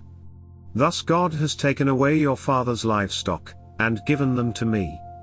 During mating season, I lifted up my eyes, and saw in a dream, and behold, the male goats which leapt on the flock were streaked, speckled, and grizzled.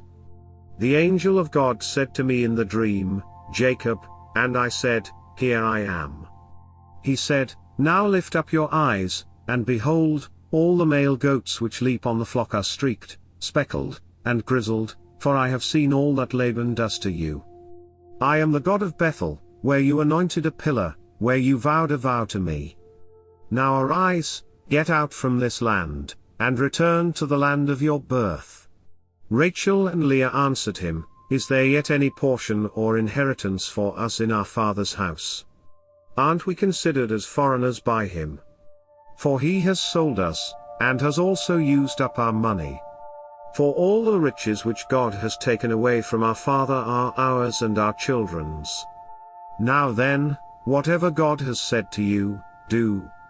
Then Jacob rose up, and set his sons and his wives on the camels, and he took away all his livestock, and all his possessions which he had gathered, including the livestock which he had gained in Paddan Aram, to go to Isaac his father, to the land of Canaan.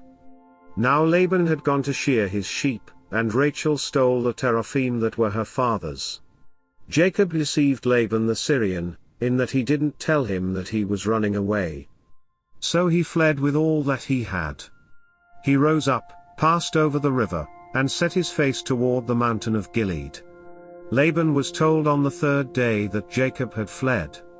He took his relatives with him, and pursued him 7 days' journey. He overtook him in the mountain of Gilead. God came to Laban the Syrian in a dream of the night, and said to him, Be careful that you don't speak to Jacob either good or bad. Laban caught up with Jacob. Now Jacob had pitched his tent in the mountain, and Laban with his relatives encamped in the mountain of Gilead. Laban said to Jacob, What have you done, that you have deceived me, and carried away my daughters like captives of the sword? Why did you flee secretly, and deceive me, and didn't tell me, that I might have sent you away with mirth and with songs, with tambourine and with harp, and didn't allow me to kiss my sons and my daughters? Now have you done foolishly? It is in the power of my hand to hurt you, but the God of your father spoke to me last night, saying, Be careful that you don't speak to Jacob either good or bad. Now, you want to be gone, because you greatly longed for your father's house, but why have you stolen my gods? Jacob answered Laban, Because I was afraid, for I said, Lest you should take your daughters from me by force. Anyone you find your gods with shall not live. Before our relatives, discern what is yours with me, and take it. For Jacob didn't know that Rachel had stolen them. Laban went into Jacob's tent, into Leah's tent, and into the tent of the 2 female servants, but he didn't find them. He went out of Leah's tent, and entered into Rachel's tent. Now Rachel had taken the teraphim, put them in the camel's saddle, and sat on them. Laban felt around all the tent, but didn't find them. She said to her father, Don't let my lord be angry that I can't rise up before you, for I'm having my period. He searched, but didn't find the teraphim. Jacob was angry, and argued with Laban. Jacob answered Laban, What is my trespass? What is my sin, that you have hotly pursued me? Now that you have felt around in all my stuff, what have you found of all your household stuff? Set it here before my relatives and your relatives, that they may judge between us two. These 20 years I have been with you. Your ewes and your female goats have not cast their young, and I haven't eaten the rams of your flocks. That which was torn of animals, I didn't bring to you. I bore its loss. Of my hand you required it, whether stolen by day or stolen by night. This was my situation, in the day the drought consumed me, and the frost by night, and my sleep fled from my eyes. These 20 years I have been in your house. I served you 14 years for your 2 daughters, and 6 years for your flock, and you have changed my wages 10 times. Unless the God of my father, the God of Abraham, and the fear of Isaac, had been with me, surely now you would have sent me away empty. God has seen my affliction and the labor of my hands, and rebuked you last night. Laban answered Jacob, the daughters are my daughters, the children are my children, the flocks are my flocks, and all that you see is mine. What can I do today to these my daughters, or to their children whom they have borne? Now come, let's make a covenant, you and I, let it be for a witness between me and you. Jacob took a stone, and set it up for a pillar. Jacob said to his relatives, gather stones. They took stones, and made a heap. They ate there by the heap. Laban called it Jegar-sahadutha, but Jacob called it Gilead. Laban said, this heap is witness between me and you today. Therefore it was named Gilead and Mitzpah, for he said, Yahweh watch between me and you, when we are absent one from another. If you afflict my daughters, or if you take wives in addition to my daughters, no man is with us, behold, God is witness between me and you. Laban said to Jacob, see this heap, and see the pillar, which I have set between me and you. May this heap be a witness, and the pillar be a witness, that I will not pass over this heap to you, and that you will not pass over this heap and this pillar to me, for harm. The God of Abraham, and the God of Nahor, the God of their father, judge between us. Then Jacob swore by the fear of his father, Isaac. Jacob offered a sacrifice in the mountain, and called his relatives to eat bread. They ate bread, and stayed all night in the mountain. Early in the morning, Laban rose up, and kissed his sons and his daughters, and blessed them. Laban departed and returned to his place. Genesis 32. Jacob went on his way, and the angels of God met him. When he saw them, Jacob said, this is God's army. He called the name of that place Manaheim. Jacob sent messengers in front of him to Esau, his brother, to the land of Seir, the field of Edom. He commanded them, saying, this is what you shall tell my lord, Esau, this is what your servant, Jacob, says.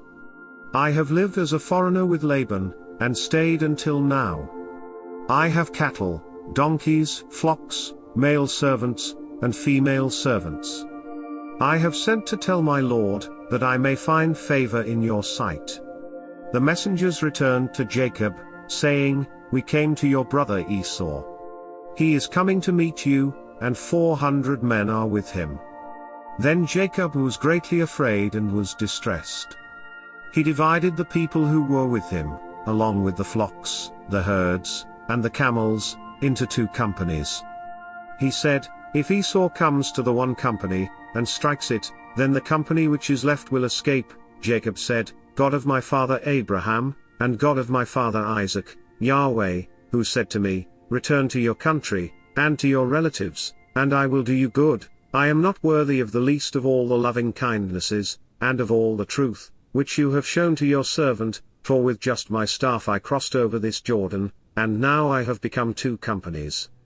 Please deliver me from the hand of my brother, from the hand of Esau, for I fear him, lest he come and strike me and the mothers with the children. You said, I will surely do you good, and make your offspring as the sand of the sea, which can't be counted because there are so many. He stayed there that night, and took from that which he had with him a present for Esau, his brother, 200 female goats and 20 male goats, 200 ewes and 20 rams, 30 milk camels and their colts, 40 cows, 10 bulls, 20 female donkeys and 10 foals. He delivered them into the hands of his servants, every herd by itself, and said to his servants, pass over before me, and put a space between herd and herd. He commanded the foremost, saying, when Esau, my brother, meets you, and asks you, saying, whose are you? Where are you going? Whose are these before you?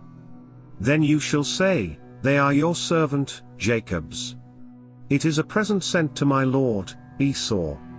Behold, he also is behind us. He commanded also the second, and the third, and all that followed the herds, saying, "This is how you shall speak to Esau, when you find him. You shall say, not only that, but behold, your servant, Jacob, is behind us. For, he said, I will appease him with the present that goes before me, and afterward I will see his face. Perhaps he will accept me." So the present passed over before him, and he himself stayed that night in the camp. He rose up that night, and took his 2 wives, and his 2 servants, and his 11 sons, and crossed over the ford of the Jabbok. He took them, and sent them over the stream, and sent over that which he had. Jacob was left alone, and wrestled with a man there until the breaking of the day. When he saw that he didn't prevail against him, the man touched the hollow of his thigh, and the hollow of Jacob's thigh was strained as he wrestled. The man said, "Let me go, for the day breaks." Jacob said, "I won't let you go unless you bless me." He said to him, "What is your name?" He said, "Jacob." He said, "Your name will no longer be called Jacob, but Israel, for you have fought with God and with men, and have prevailed." Jacob asked him, "Please tell me your name." He said, "Why is it that you ask what my name is?" So he blessed him there. Jacob called the name of the place Peniel, for he said, "I have seen God face to face, and my life is preserved." The sun rose on him as he passed over Peniel, and he limped because of his thigh. Therefore the children of Israel don't eat the sinew of the hip, which is on the hollow of the thigh, to this day, because he touched the hollow of Jacob's thigh in the sinew of the hip. Genesis 33. Jacob lifted up his eyes, and looked, and, behold, Esau was coming, and with him 400 men. He divided the children between Leah, Rachel, and the 2 servants. He put the servants and their children in front, Leah and her children after, and Rachel and Joseph at the rear. He himself passed over in front of them, and bowed himself to the ground 7 times, until he came near to his brother. Esau ran to meet him, embraced him, fell on his neck, kissed him, and they wept. He lifted up his eyes, and saw the women and the children, and said, "Who are these with you?" He said, "The children whom God has graciously given your servant." Then the servants came near with their children, and they bowed themselves. Leah also and her children came near, and bowed themselves. After them, Joseph came near with Rachel, and they bowed themselves. Esau said, "What do you mean by all this company which I met?" Jacob said, "To find favor in the sight of my Lord." Esau said, "I have enough, my brother, let that which you have be yours." Jacob said, "Please, no, if I have now found favor in your sight, then receive my present at my hand, because I have seen your face, as one sees the face of God, and you were pleased with me. Please take the gift that I brought to you, because God has dealt graciously with me, and because I have enough." He urged him, and he took it. Esau said, "Let's take our journey, and let's go, and I will go before you." Jacob said to him, "My Lord knows that the children are tender, and that the flocks and herds with me have their young, and if they overdrive them one day, all the flocks will die.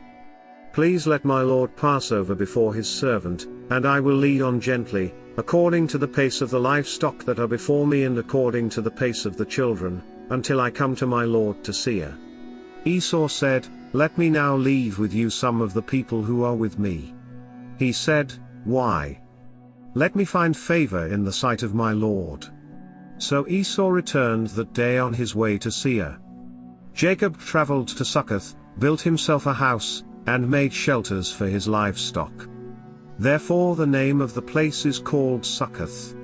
Jacob came in peace to the city of Shechem, which is in the land of Canaan, when he came from Paddan Aram, and encamped before the city.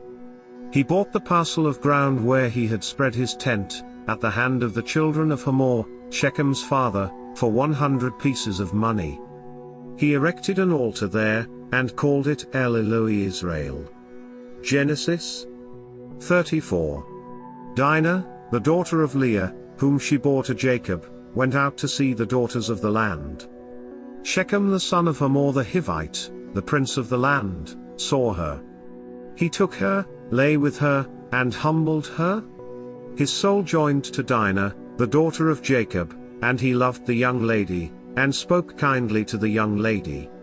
Shechem spoke to his father, Hamor, saying, "Get me this young lady as a wife."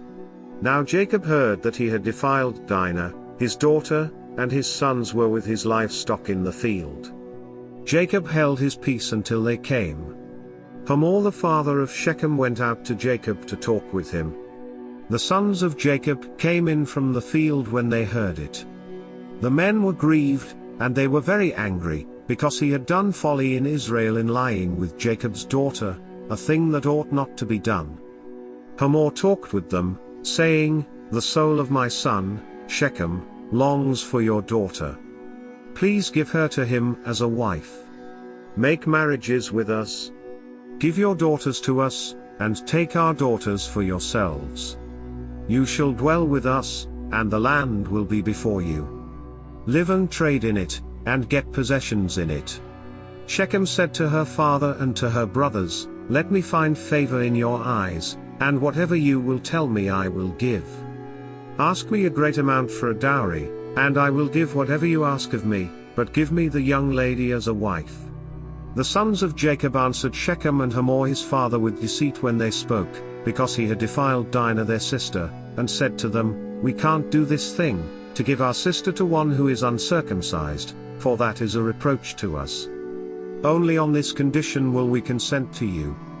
If you will be as we are, that every male of you be circumcised, then will we give our daughters to you, and we will take your daughters to us, and we will dwell with you, and we will become one people. But if you will not listen to us and be circumcised, then we will take our sister, and we will be gone." Their words pleased Hamor and Shechem, Hamor's son. The young man didn't wait to do this thing, because he had delight in Jacob's daughter, and he was honored above all the house of his father. Hamor and Shechem, his son, came to the gate of their city, and talked with the men of their city, saying, "These men are peaceful with us. Therefore let them live in the land and trade in it. For behold, the land is large enough for them. Let's take their daughters to us for wives, and let's give them our daughters. Only on this condition will the men consent to us to live with us, to become one people, if every male among us is circumcised, as they are circumcised.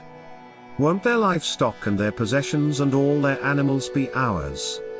Only let's give our consent to them, and they will dwell with us."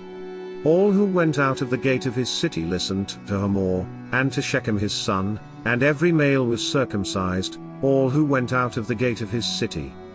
On the third day, when they were sore, two of Jacob's sons, Simeon and Levi, Dinah's brothers, each took his sword, came upon the unsuspecting city, and killed all the males. They killed Hamor and Shechem, his son, with the edge of the sword, and took Dinah out of Shechem's house, and went away. Jacob's sons came on the dead, and plundered the city, because they had defiled their sister. They took their flocks, their herds, their donkeys, that which was in the city, that which was in the field, and all their wealth. They took captive all their little ones and their wives, and took as plunder everything that was in the house. Jacob said to Simeon and Levi, "You have troubled me, to make me odious to the inhabitants of the land, among the Canaanites and the Perizzites. I am few in number. They will gather themselves together against me and strike me, and I will be destroyed, I and my house." They said, "Should he deal with our sister as with a prostitute?" Genesis 35. God said to Jacob, "Arise, go up to Bethel, and live there. Make there an altar to God, who appeared to you when you fled from the face of Esau your brother." Then Jacob said to his household, and to all who were with him, "Put away the foreign gods that are among you, purify yourselves, and change your garments. Let's arise, and go up to Bethel. I will make there an altar to God, who answered me in the day of my distress, and was with me on the way which I went." They gave to Jacob all the foreign gods which were in their hands, and the rings which were in their ears, and Jacob hid them under the oak which was by Shechem. They traveled, and a terror of God was on the cities that were around them, and they didn't pursue the sons of Jacob. So Jacob came to Luz, that is, Bethel, which is in the land of Canaan, he and all the people who were with him. He built an altar there, and called the place El Beth-El, because their God was revealed to him, when he fled from the face of his brother. Deborah, Rebekah's nurse, died, and she was buried below Bethel under the oak, and its name was called Allon-Bacuth. God appeared to Jacob again, when he came from Paddan Aram, and blessed him. God said to him, "Your name is Jacob. Your name shall not be Jacob any more, but your name will be Israel." He named him Israel. God said to him, "I am God Almighty. Be fruitful and multiply. A nation and a company of nations will be from you, and kings will come out of your body. The land which I gave to Abraham and Isaac, I will give it to you, and to your offspring after you I will give the land." God went up from him in the place where he spoke with him. Jacob set up a pillar in the place where he spoke with him, a pillar of stone. He poured out a drink offering on it, and poured oil on it. Jacob called the name of the place where God spoke with him Bethel. They traveled from Bethel. There was still some distance to come to Ephrat, and Rachel travailed. She had hard labor. When she was in hard labor, the midwife said to her, "Don't be afraid, for now you will have another son." As her soul was departing, she died. She named him Benoni, but his father named him Benjamin. Rachel died, and was buried on the way to Ephrat, also called Bethlehem. Jacob set up a pillar on her grave. The same is the pillar of Rachel's grave to this day. Israel traveled, and spread his tent beyond the tower of Eder. While Israel lived in that land, Reuben went and lay with Bilhah, his father's concubine, and Israel heard of it. Now the sons of Jacob were 12. The sons of Leah, Reuben, Jacob's firstborn, Simeon, Levi, Judah, Issachar, and Zebulun. The sons of Rachel, Joseph and Benjamin. The sons of Bilhah, Rachel's servant, Dan and Naphtali. The sons of Zilpah, Leah's servant, Gad and Asher. These are the sons of Jacob, who were born to him in Paddan Aram. Jacob came to Isaac his father, to Mamre, to Kiriath-arba, which is Hebron, where Abraham and Isaac lived as foreigners. The days of Isaac were 180 years. Isaac gave up the spirit and died, and was gathered to his people, old and full of days. Esau and Jacob, his sons, buried him. Genesis 36. Now this is the history of the generations of Esau, that is, Edom. Esau took his wives from the daughters of Canaan, Adah the daughter of Elon, the Hittite, and Elibamah the daughter of Anna, the daughter of Zibeon, the Hivite, and Basemath, Ishmael's daughter, sister of Nebaioth. Adah bore to Esau Eliphaz. Basemath bore Reuel. Elibamah bore Jeush, Jalam, and Korah. These are the sons of Esau, who were born to him in the land of Canaan. Esau took his wives, his sons, his daughters, and all the members of his household, with his livestock, all his animals, and all his possessions, which he had gathered in the land of Canaan, and went into a land away from his brother Jacob. For their substance was too great for them to dwell together, and the land of their travels couldn't bear them because of their livestock. Esau lived in the hill country of Seir. Esau is Edom. This is the history of the generations of Esau the father of the Edomites in the hill country of Seir. These are the names of Esau's sons: Eliphaz, the son of Adah, the wife of Esau, and Reuel, the son of Basemath, the wife of Esau. The sons of Eliphaz were Teman, Omar, Zepho, and Gotom, and Kenaz. Timnah was concubine to Eliphaz, Esau's son, and she bore to Eliphaz Amalek. These are the descendants of Adah, Esau's wife. These are the sons of Reuel, Nahath, Zerah, Shammah, and Mizah. These were the descendants of Basemath, Esau's wife. These were the sons of Elibama, the daughter of Anna, the daughter of Zibeon, Esau's wife. She bore to Esau Jeush, Jalam, and Korah. These are the chiefs of the sons of Esau, the sons of Eliphaz the firstborn of Esau, chief Teman, chief Omar, chief Zepho, chief Kenaz, chief Korah, chief Gotom, chief Amalek. These are the chiefs who came of Eliphaz in the land of Edom. These are the sons of Ada. These are the sons of Reuel, Esau's son, chief Nahath, chief Zerah, chief Shammah, chief Mizah. These are the chiefs who came of Reuel in the land of Edom. These are the sons of Basemath, Esau's wife. These are the sons of Elibama, Esau's wife, chief Jeush, chief Jalam, chief Korah. These are the chiefs who came of Elibama the daughter of Anna, Esau's wife. These are the sons of Esau, that is, Edom, and these are their chiefs. These are the sons of Seir the Herite, the inhabitants of the land, Latan, Shobal, Zibeon, Anna, Disin, Ezer, and Dishan. These are the chiefs who came of the Horites, the children of Seir in the land of Edom. The children of Latan were Hori and Heman. Latan's sister was Timnah. These are the children of Shobal, Alvan, Manahoth, Ebal, Shepho, and Onam. These are the children of Zibeon, Aya and Anna. This is Anna who found the hot springs in the wilderness, as he fed the donkeys of Zibeon his father. These are the children of Anna, Disin and Elibama, the daughter of Anna. These are the children of Disin, Hemdan, Eshbon, Ithron, and Cheran. These are the children of Ezer, Bilhan, Zavin, and Arkan.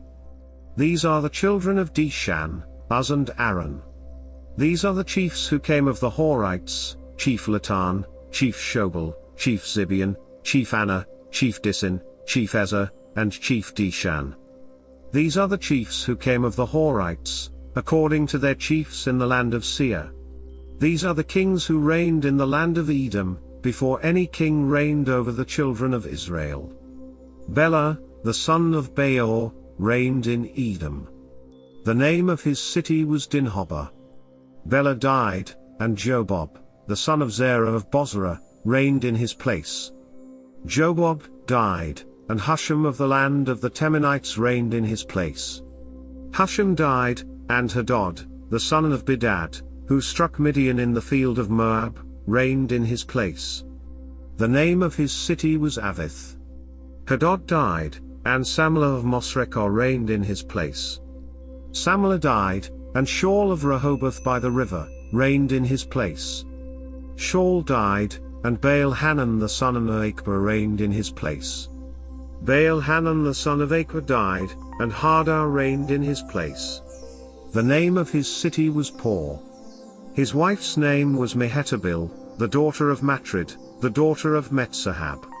These are the names of the chiefs who came from Esau, according to their families, after their places and by their names: chief Timnah, chief Alva, chief Jetheth, chief Elibama, chief Ela, chief Pinion, chief Kenaz, chief Teman, chief Mibzar, chief Magdiel, and chief Iram.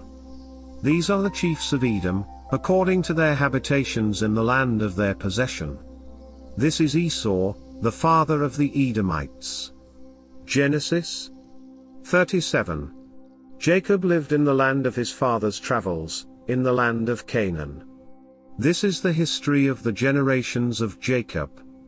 Joseph, being 17 years old, was feeding the flock with his brothers.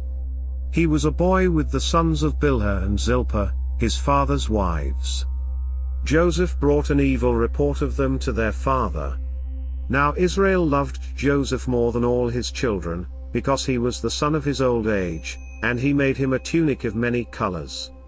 His brothers saw that their father loved him more than all his brothers, and they hated him, and couldn't speak peaceably to him. Joseph dreamed a dream, and he told it to his brothers, and they hated him all the more. He said to them, "Please hear this dream which I have dreamed, for behold, we were binding sheaves in the field, and behold, my sheaf arose and also stood upright, and behold, your sheaves came around, and bowed down to my sheaf. His brothers asked him, "Will you indeed reign over us? Will you indeed have dominion over us?" They hated him all the more for his dreams and for his words. He dreamed yet another dream, and told it to his brothers, and said, "Behold, I have dreamed yet another dream, and behold, the sun and the moon and 11 stars bowed down to me." He told it to his father and to his brothers. His father rebuked him, and said to him, "What is this dream that you have dreamed? Will I and your mother and your brothers indeed come to bow ourselves down to the earth before you?" His brothers envied him, but his father kept this saying in mind. His brothers went to feed their father's flock in Shechem. Israel said to Joseph, "Aren't your brothers feeding the flock in Shechem? Come, and I will send you to them." He said to him, "Here I am." He said to him, "Go now, see whether it is well with your brothers, and well with the flock, and bring me word again." So he sent him out of the valley of Hebron, and he came to Shechem. A certain man found him, and behold, he was wandering in the field. The man asked him, "What are you looking for?"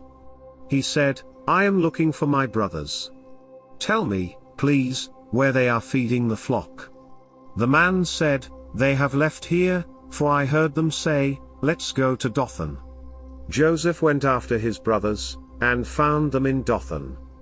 They saw him afar off, and before he came near to them, they conspired against him to kill him. They said to one another, "Behold, this dreamer comes. Come now therefore, and let's kill him, and cast him into one of the pits, and we will say, 'An evil animal has devoured him.' We will see what will become of his dreams." Reuben heard it, and delivered him out of their hand, and said, "Let's not take his life." Reuben said to them, "Shed no blood. Throw him into this pit that is in the wilderness, but lay no hand on him that he might deliver him out of their hand, to restore him to his father."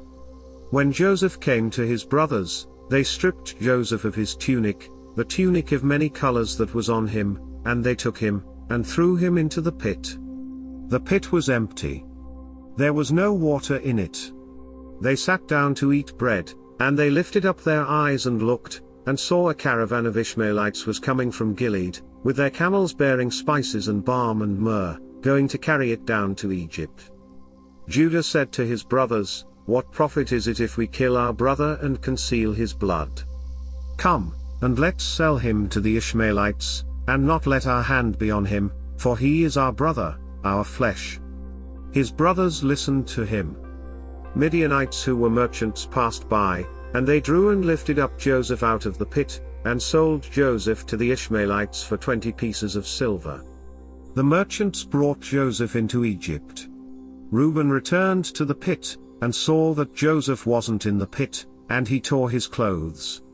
He returned to his brothers, and said, "The child is no more, and I, where will I go?"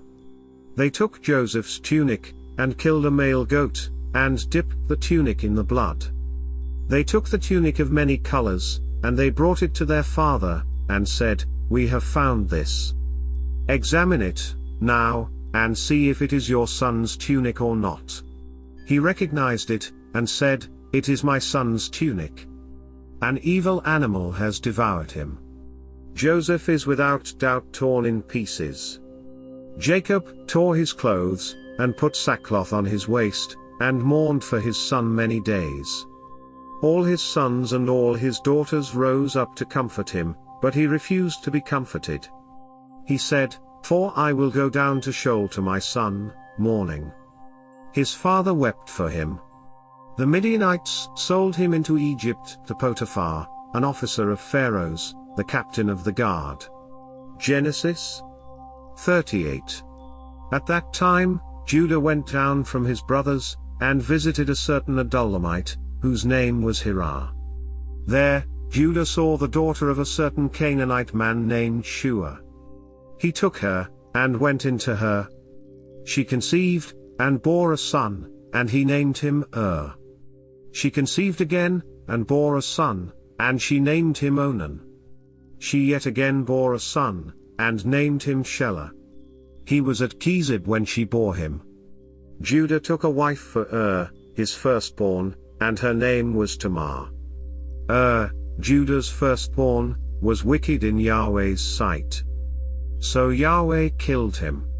Judah said to Onan, "Go into your brother's wife, and perform the duty of a husband's brother to her, and raise up offspring for your brother." Onan knew that the offspring wouldn't be his, and when he went into his brother's wife, he spilled his semen on the ground, lest he should give offspring to his brother. The thing which he did was evil in Yahweh's sight, and he killed him also. Then Judah said to Tamar, his daughter-in-law, "Remain a widow in your father's house, until Shelah, my son, is grown up," for he said, "Lest he also die, like his brothers." Tamar went and lived in her father's house. After many days, Shua's daughter, the wife of Judah, died. Judah was comforted, and went up to his sheep shearers to Timnah, he and his friend Hirah, the Adullamite. Tamar was told, "Behold, your father-in-law is going up to Timnah to shear his sheep." She took off the garments of her widowhood, and covered herself with her veil, and wrapped herself, and sat in the gate of Enaim, which is on the way to Timnah, for she saw that Shelah was grown up, and she wasn't given to him as a wife. When Judah saw her, he thought that she was a prostitute, for she had covered her face. He turned to her by the way, and said, "Please come, let me come in to you," for he didn't know that she was his daughter-in-law. She said, "What will you give me, that you may come in to me?" He said, "I will send you a young goat from the flock." She said, "Will you give me a pledge, until you send it?" He said, "What pledge will I give you?" She said, "Your signet and your cord, and your staff that is in your hand." He gave them to her, and came in to her, and she conceived by him. She arose, and went away, and put off her veil from her, and put on the garments of her widowhood. Judah sent the young goat by the hand of his friend, the Adullamite, to receive the pledge from the woman's hand, but he didn't find her. Then he asked the men of her place, saying, "Where is the prostitute, that was at Enaim by the road?" They said, "There has been no prostitute here." He returned to Judah, and said, "I haven't found her," and also the men of the place said, "There has been no prostitute here." Judah said, "Let her keep it, lest we be shamed. Behold, I sent this young goat, and you haven't found her." About 3 months later, Judah was told, "Tamar, your daughter-in-law, has played the prostitute. Moreover, behold, she is with child by prostitution." Judah said, "Bring her out, and let her be burned." When she was brought out, she sent to her father-in-law, saying, "I am with child by the man who owns these." She also said, "Please discern whose these are, the signet, and the cords, and the staff." Judah acknowledged them, and said, "She is more righteous than I, because I didn't give her to Shelah, my son." He knew her again no more. In the time of her travail, behold, twins were in her womb. When she travailed, one put out a hand, and the midwife took and tied a scarlet thread on his hand, saying, "This came out first." As he drew back his hand, behold, his brother came out, and she said, "Why have you made a breach for yourself?" Therefore his name was called Perez. Afterward his brother came out, who had the scarlet thread on his hand, and his name was called Zerah. Genesis 39.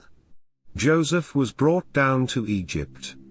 Potiphar, an officer of Pharaoh's, the captain of the guard, an Egyptian, bought him from the hand of the Ishmaelites that had brought him down there. Yahweh was with Joseph, and he was a prosperous man. He was in the house of his master the Egyptian. His master saw that Yahweh was with him, and that Yahweh made all that he did prosper in his hand. Joseph found favor in his sight. He ministered to him, and Potiphar made him overseer over his house, and all that he had he put into his hand. From the time that he made him overseer in his house, and over all that he had, Yahweh blessed the Egyptian's house for Joseph's sake. Yahweh's blessing was on all that he had, in the house and in the field. He left all that he had in Joseph's hand. He didn't concern himself with anything, except for the food which he ate. Joseph was well built and handsome. After these things, his master's wife set her eyes on Joseph, and she said, "Lie with me." But he refused, and said to his master's wife, "Behold, my master doesn't know what is with me in the house, and he has put all that he has into my hand. No one is greater in this house than I am, and he has not kept back anything from me but you, because you are his wife. How then can I do this great wickedness, and sin against God?" As she spoke to Joseph day by day, he didn't listen to her, to lie by her, or to be with her. About this time, he went into the house to do his work, and there were none of the men of the house inside. She caught him by his garment, saying, "Lie with me." He left his garment in her hand, and ran outside. When she saw that he had left his garment in her hand, and had run outside, she called to the men of her house, and spoke to them, saying, "Behold, he has brought a Hebrew into us to mock us. He came in to me to lie with me, and I cried with a loud voice. When he heard that I lifted up my voice and cried, he left his garment by me, and ran outside." She laid up his garment by her, until his master came home. She spoke to him according to these words, saying, "The Hebrew servant, whom you have brought to us, came in to me to mock me, and as I lifted up my voice and cried, he left his garment by me, and ran outside." When his master heard the words of his wife, which she spoke to him, saying, "This is what your servant did to me," his wrath was kindled. Joseph's master took him, and put him into the prison, the place where the king's prisoners were bound, and he was there in custody. But Yahweh was with Joseph, and showed kindness to him, and gave him favor in the sight of the keeper of the prison. The keeper of the prison committed to Joseph's hand all the prisoners who were in the prison. Whatever they did there, he was responsible for it. The keeper of the prison didn't look after anything that was under his hand, because Yahweh was with him, and that which he did, Yahweh made it prosper. 40. After these things, the butler of the king of Egypt and his baker offended their lord, the king of Egypt. Pharaoh was angry with his two officers, the chief cupbearer and the chief baker. He put them in custody in the house of the captain of the guard, into the prison, the place where Joseph was bound. The captain of the guard assigned them to Joseph, and he took care of them. They stayed in prison many days. They both dreamed a dream, each man his dream, in one night, each man according to the interpretation of his dream, the cupbearer and the baker of the king of Egypt, who were bound in the prison. Joseph came into them in the morning, and saw them, and saw that they were sad. He asked Pharaoh's officers, who were with him in custody in his master's house, saying, "Why do you look so sad today?" They said to him, "We have dreamed a dream, and there is no one who can interpret it." Joseph said to them, "Don't interpretations belong to God? Please tell it to me." The chief cupbearer told his dream to Joseph, and said to him, "In my dream, behold, a vine was in front of me, and in the vine were 3 branches. It was as though it budded, it blossomed, and its clusters produced ripe grapes. Pharaoh's cup was in my hand, and I took the grapes, and pressed them into Pharaoh's cup, and I gave the cup into Pharaoh's hand." Joseph said to him, "This is its interpretation, the 3 branches are 3 days. Within 3 more days, Pharaoh will lift up your head, and restore you to your office. You will give Pharaoh's cup into his hand, the way you did when you were his cup-bearer. But remember me when it is well with you. Please show kindness to me, and make mention of me to Pharaoh, and bring me out of this house. For indeed, I was stolen away out of the land of the Hebrews, and here also I have done nothing that they should put me into the dungeon." When the chief baker saw that the interpretation was good, he said to Joseph, "I also was in my dream, and behold, 3 baskets of white bread were on my head. In the uppermost basket there were all kinds of baked food for Pharaoh, and the birds ate them out of the basket on my head." Joseph answered, "This is its interpretation. The 3 baskets are 3 days. Within 3 more days, Pharaoh will lift up your head from off you, and will hang you on a tree, and the birds will eat your flesh from off you. On the 3rd day, which was Pharaoh's birthday, he made a feast for all his servants, and he lifted up the head of the chief cupbearer and the head of the chief baker among his servants. He restored the chief cupbearer to his position again, and he gave the cup into Pharaoh's hand, but he hanged the chief baker, as Joseph had interpreted to them. Yet the chief cupbearer didn't remember Joseph, but forgot him. 41. At the end of 2 full years, Pharaoh dreamed, and behold, he stood by the river. Behold, 7 cattle came up out of the river. They were sleek and fat, and they fed in the marsh grass. Behold, 7 other cattle came up after them out of the river, ugly and thin, and stood by the other cattle on the brink of the river. The ugly and thin cattle ate up the 7 sleek and fat cattle. So Pharaoh awoke. He slept and dreamed a second time, and behold, 7 heads of grain came up on one stalk, healthy and good. Behold, 7 heads of grain, thin and blasted with the east wind, sprung up after them. The thin heads of grain swallowed up the 7 healthy and full ears. Pharaoh awoke, and behold, it was a dream. In the morning, his spirit was troubled, and he sent and called for all of Egypt's magicians and wise men. Pharaoh told them his dreams, but there was no one who could interpret them to Pharaoh. Then the chief cupbearer spoke to Pharaoh, saying, I remember my faults today. Pharaoh was angry with his servants, and put me in custody in the house of the captain of the guard, with the chief baker. We dreamed a dream in one night, he and I each man dreamed according to the interpretation of his dream. There was with us there a young man, a Hebrew, servant to the captain of the guard, and we told him, and he interpreted to us our dreams. He interpreted to each man according to his dream. As he interpreted to us, so it was. He restored me to my office, and he hanged him. Then Pharaoh sent and called Joseph, and they brought him hastily out of the dungeon. He shaved himself, changed his clothing, and came into Pharaoh. Pharaoh said to Joseph, I have dreamed a dream, and there is no one who can interpret it. I have heard it said of you, that when you hear a dream you can interpret it. Joseph answered Pharaoh, saying, It isn't in me. God will give Pharaoh an answer of peace. Pharaoh spoke to Joseph, In my dream, behold, I stood on the brink of the river, and behold, 7 fat and sleek cattle came up out of the river. They fed in the marsh grass, and behold, 7 other cattle came up after them, poor and very ugly and thin, such as I never saw in all the land of Egypt for ugliness. The thin and ugly cattle ate up the first 7 fat cattle, and when they had eaten them up, it couldn't be known that they had eaten them, but they were still ugly, as at the beginning. So I awoke. I saw in my dream, and behold, 7 heads of grain came up on one stalk, full and good, and behold, 7 heads of grain, withered, thin, and blasted with the east wind, sprung up after them. The thin heads of grain swallowed up the 7 good heads of grain. I told it to the magicians, but there was no one who could explain it to me. Joseph said to Pharaoh, The dream of Pharaoh is one. What God is about to do he has declared to Pharaoh.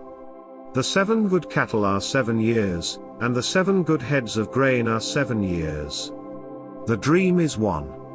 The 7 thin and ugly cattle that came up after them are 7 years, and also the 7 empty heads of grain blasted with the east wind, they will be 7 years of famine. That is the thing which I have spoken to Pharaoh. God has shown Pharaoh what he is about to do. Behold, 7 years of great plenty throughout all the land of Egypt are coming. 7 years of famine will arise after them, and all the plenty will be forgotten in the land of Egypt. The famine will consume the land, and the plenty will not be known in the land by reason of that famine which follows, for it will be very grievous.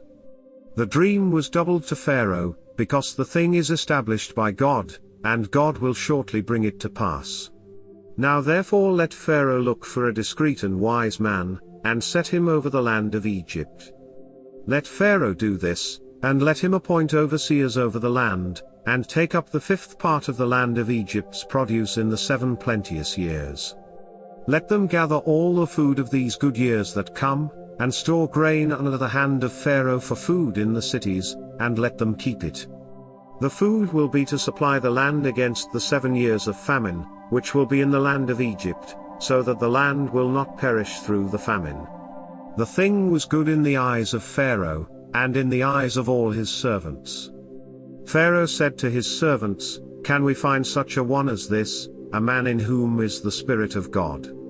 Pharaoh said to Joseph, "Because God has shown you all of this, there is no one so discreet and wise as you. You shall be over my house. All my people will be ruled according to your word.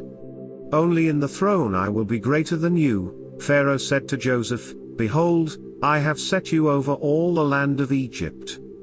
Pharaoh took off his signet ring from his hand, and put it on Joseph's hand, and arrayed him in robes of fine linen, and put a gold chain about his neck. He made him ride in the 2nd chariot which he had.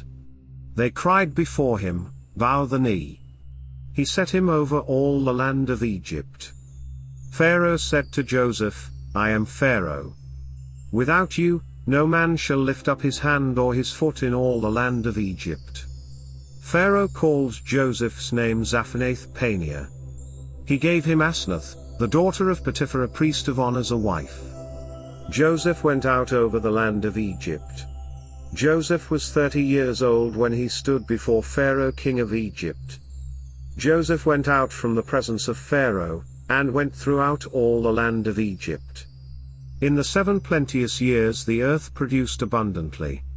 He gathered up all the food of the 7 years which were in the land of Egypt, and laid up the food in the cities. He stored food in each city from the fields around that city. Joseph laid up grain as the sand of the sea, very much, until he stopped counting, for it was without number.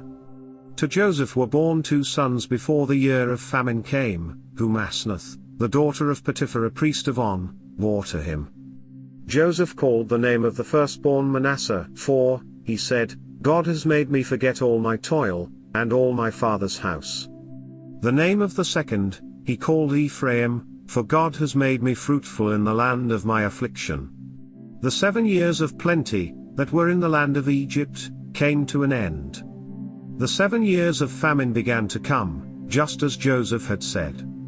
There was famine in all lands, but in all the land of Egypt there was bread. When all the land of Egypt was famished, the people cried to Pharaoh for bread, and Pharaoh said to all the Egyptians, "Go to Joseph. What he says to you, do." The famine was over all the surface of the earth. Joseph opened all the storehouses, and sold to the Egyptians. The famine was severe in the land of Egypt. All countries came into Egypt, to Joseph, to buy grain, because the famine was severe in all the earth. 42. Now Jacob saw that there was grain in Egypt, and Jacob said to his sons, "Why do you look at one another?"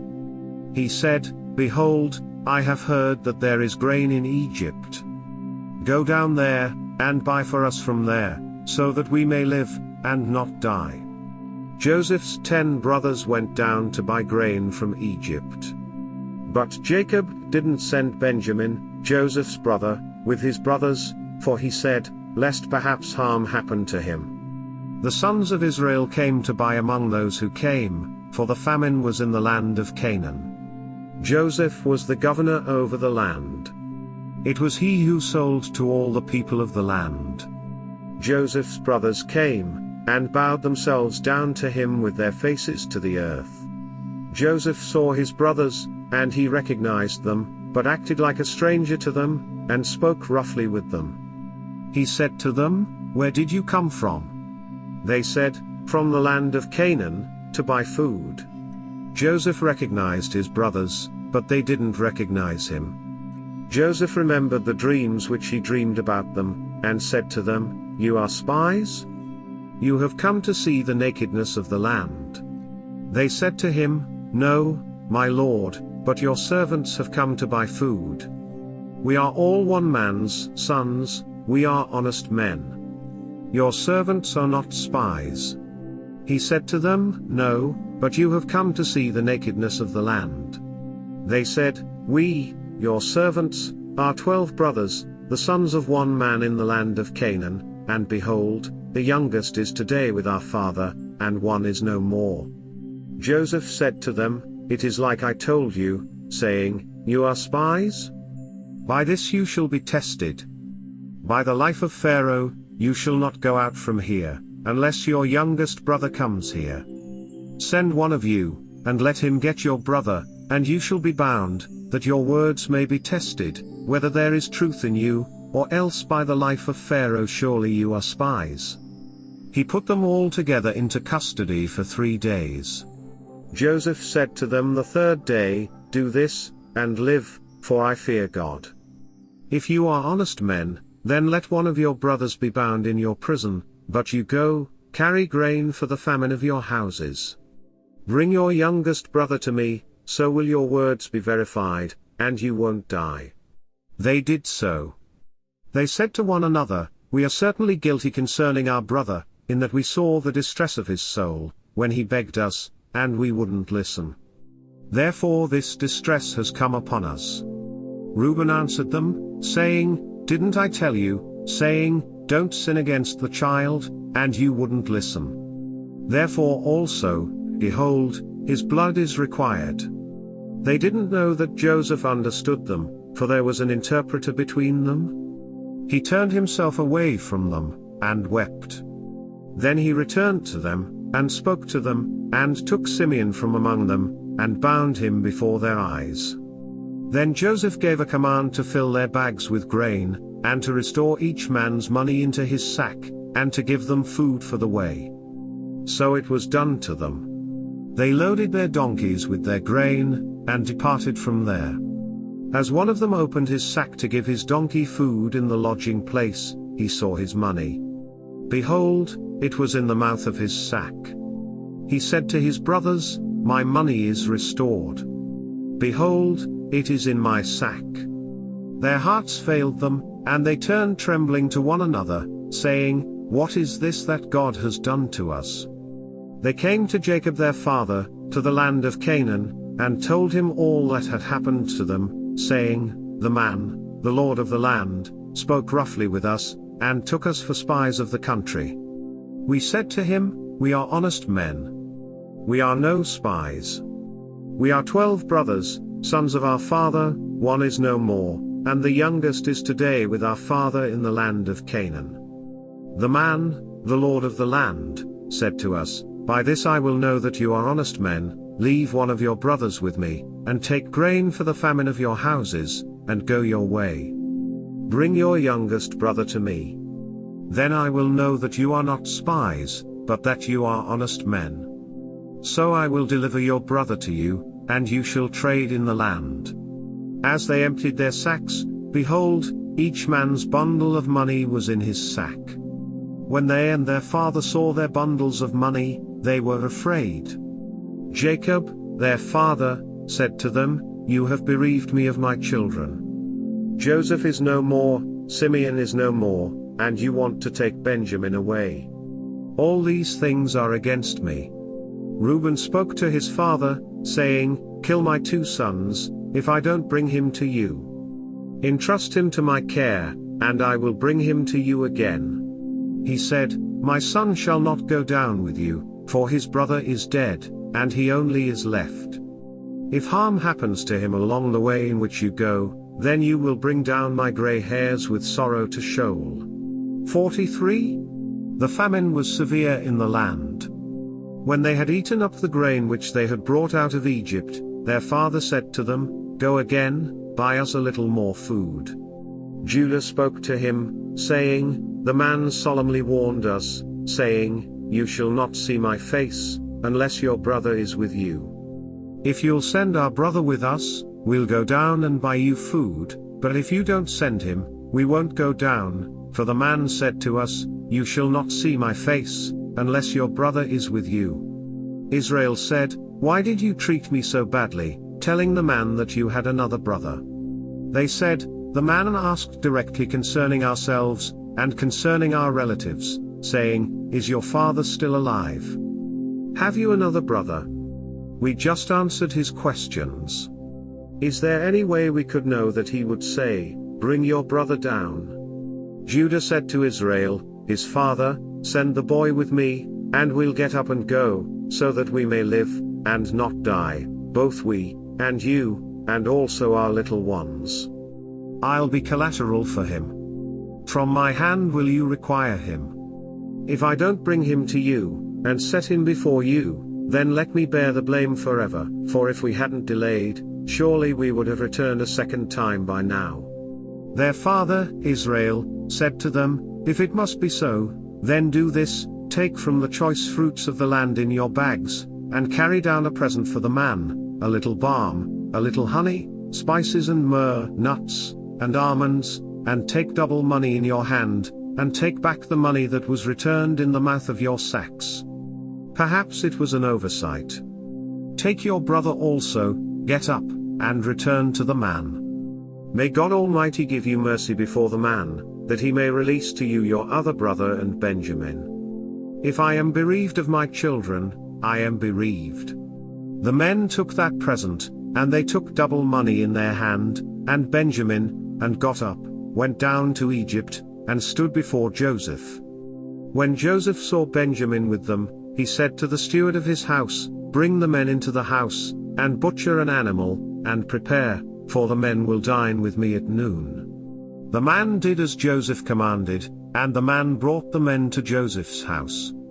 The men were afraid, because they were brought to Joseph's house, and they said, Because of the money that was returned in our sacks the first time, we're brought in, that he may seek occasion against us, attack us, and seize us as slaves, along with our donkeys.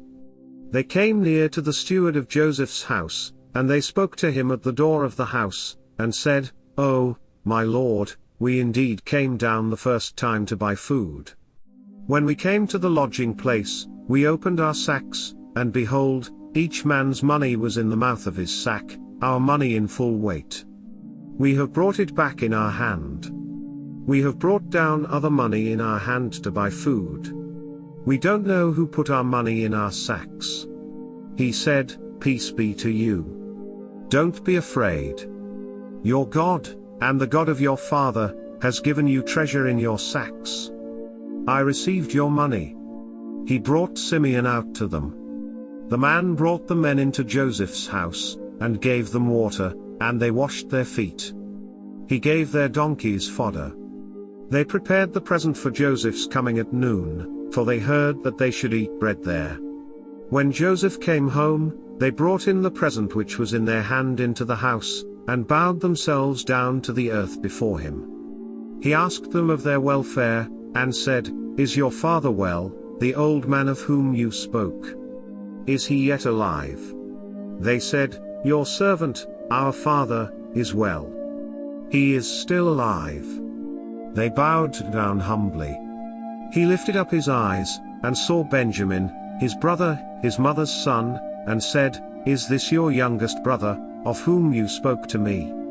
He said, God be gracious to you, my son. Joseph hurried, for his heart yearned over his brother, and he sought a place to weep.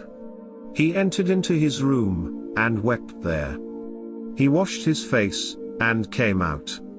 He controlled himself, and said, Serve the meal.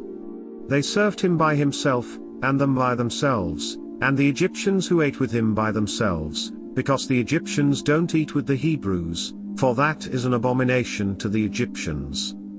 They sat before him, the firstborn according to his birthright, and the youngest according to his youth, and the men marveled with one another. He sent portions to them from before him, but Benjamin's portion was 5 times as much as any of theirs. They drank, and were merry with him. 44. He commanded the steward of his house, saying, Fill the men's sacks with food, as much as they can carry, and put each man's money in his sack's mouth. Put my cup, the silver cup, in the sack's mouth of the youngest, with his grain money. He did according to the word that Joseph had spoken. As soon as the morning was light, the men were sent away, they and their donkeys. When they had gone out of the city, and were not yet far off, Joseph said to his steward, "Up, follow after the men. When you overtake them, ask them, 'Why have you rewarded evil for good? Isn't this that from which my Lord drinks, and by which he indeed divines? You have done evil in so doing.' He overtook them, and he spoke these words to them. They said to him, 'Why does my Lord speak such words as these? Far be it from your servants that they should do such a thing. Behold, the money, which we found in our sacks' mouths, we brought again to you out of the land of Canaan. How then should we steal silver or gold out of your Lord's house? With whomever of your servants it is found, let him die, and we also will be my Lord's slaves.' He said, 'Now also let it be according to your words. He with whom it is found will be my slave, and you will be blameless.' Then they hurried, and each man took his sack down to the ground, and each man opened his sack. He searched, beginning with the oldest, and ending at the youngest. The cup was found in Benjamin's sack. Then they tore their clothes, and each man loaded his donkey, and returned to the city. Judah and his brothers came to Joseph's house, and he was still there. They fell on the ground before him. Joseph said to them, 'What deed is this that you have done? Don't you know that such a man as I can indeed do divination?' Judah said, 'What will we tell my Lord? What will we speak? How will we clear ourselves? God has found out the iniquity of your servants. Behold, we are my Lord's slaves, both we and he also in whose hand the cup is found.' He said, 'Far be it from me that I should do so. The man in whose hand the cup is found, he will be my slave, but as for you, go up in peace to your father.' Then Judah came near to him, and said, 'Oh, my Lord, please let your servant speak a word in my Lord's ears, and don't let your anger burn against your servant, for you are even as Pharaoh.' My Lord asked his servants, saying, 'Have you a father, or a brother?' We said to my Lord, 'We have a father, an old man, and a child of his old age, a little one, and his brother is dead, and he alone is left of his mother, and his father loves him. You said to your servants, Bring him down to me, that I may set my eyes on him.' We said to my Lord, 'The boy can't leave his father, for if he should leave his father would die.' You said to your servants, 'Unless your youngest brother comes down with you, you will see my face no more.' When we came up to your servant my father, we told him the words of my Lord. Our father said, 'Go again and buy us a little food.' We said, 'We can't go down. If our youngest brother is with us, then we will go down, for we may not see the man's face, unless our youngest brother is with us.' Your servant, my father, said to us, 'You know that my wife bore me 2 sons. One went out from me, and I said, Surely he is torn in pieces, and I haven't seen him since. If you take this one also from me, and harm happens to him, you will bring down my gray hairs with sorrow to Sheol.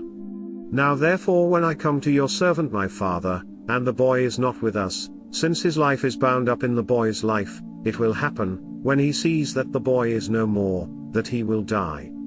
Your servants will bring down the gray hairs of your servant, our father, with sorrow to Sheol.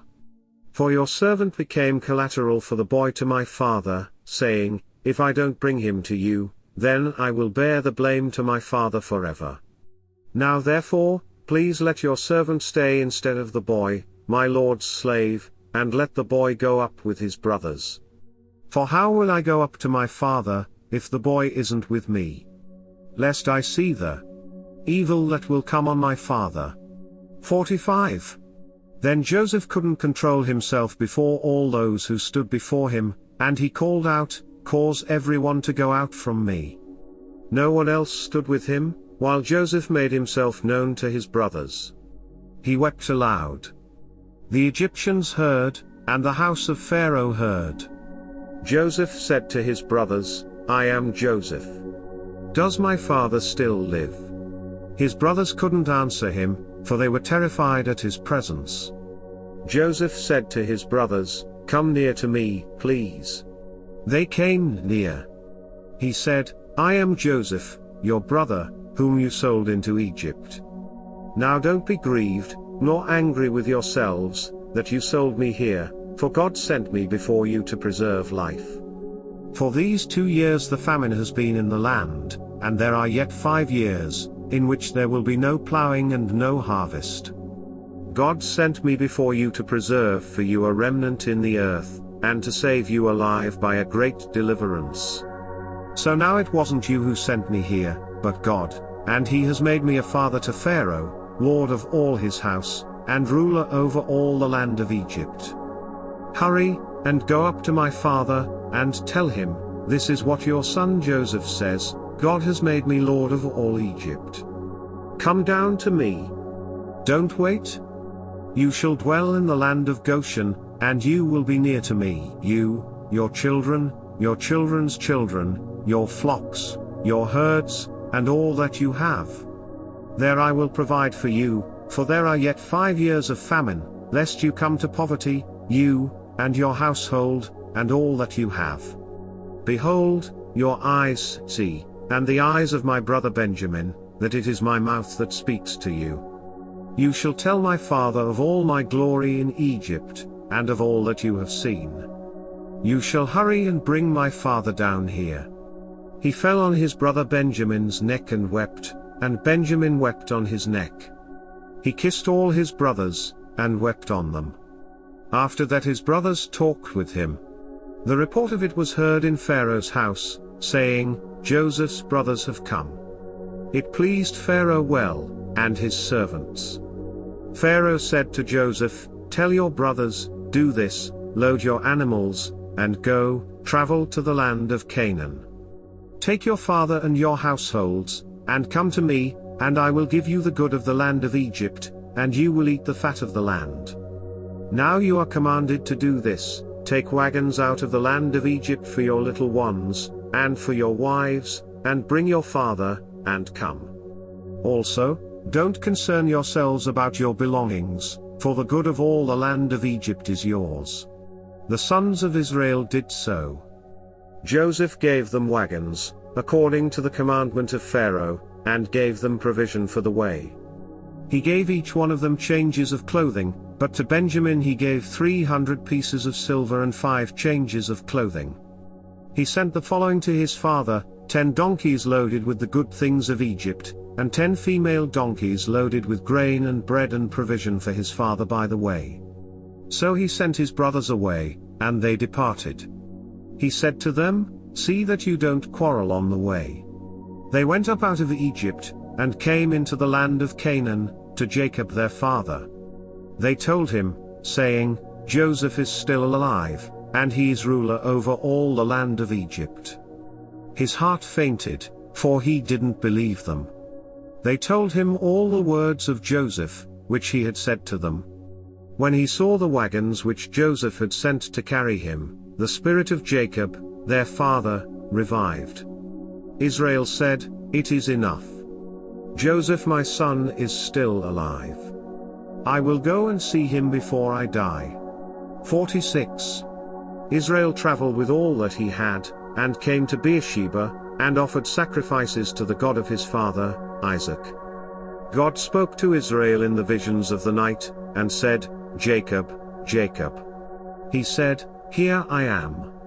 He said, I am God, the God of your father. Don't be afraid to go down into Egypt, for there I will make of you a great nation. I will go down with you into Egypt. I will also surely bring you up again. Joseph's hand will close your eyes.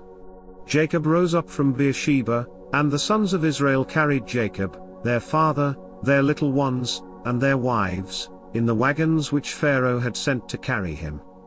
They took their livestock, and their goods, which they had gotten in the land of Canaan, and came into Egypt, Jacob, and all his offspring with him, his sons, and his sons' sons with him, his daughters, and his sons' daughters, and he brought all his offspring with him into Egypt.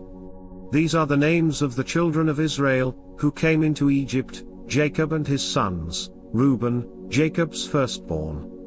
The sons of Reuben, Hanok, Palu, Hezron, and Carmi. The sons of Simeon, Jemuel, Jamin, Ohad, Jachin, Zohar, and Shaul the son of a Canaanite woman.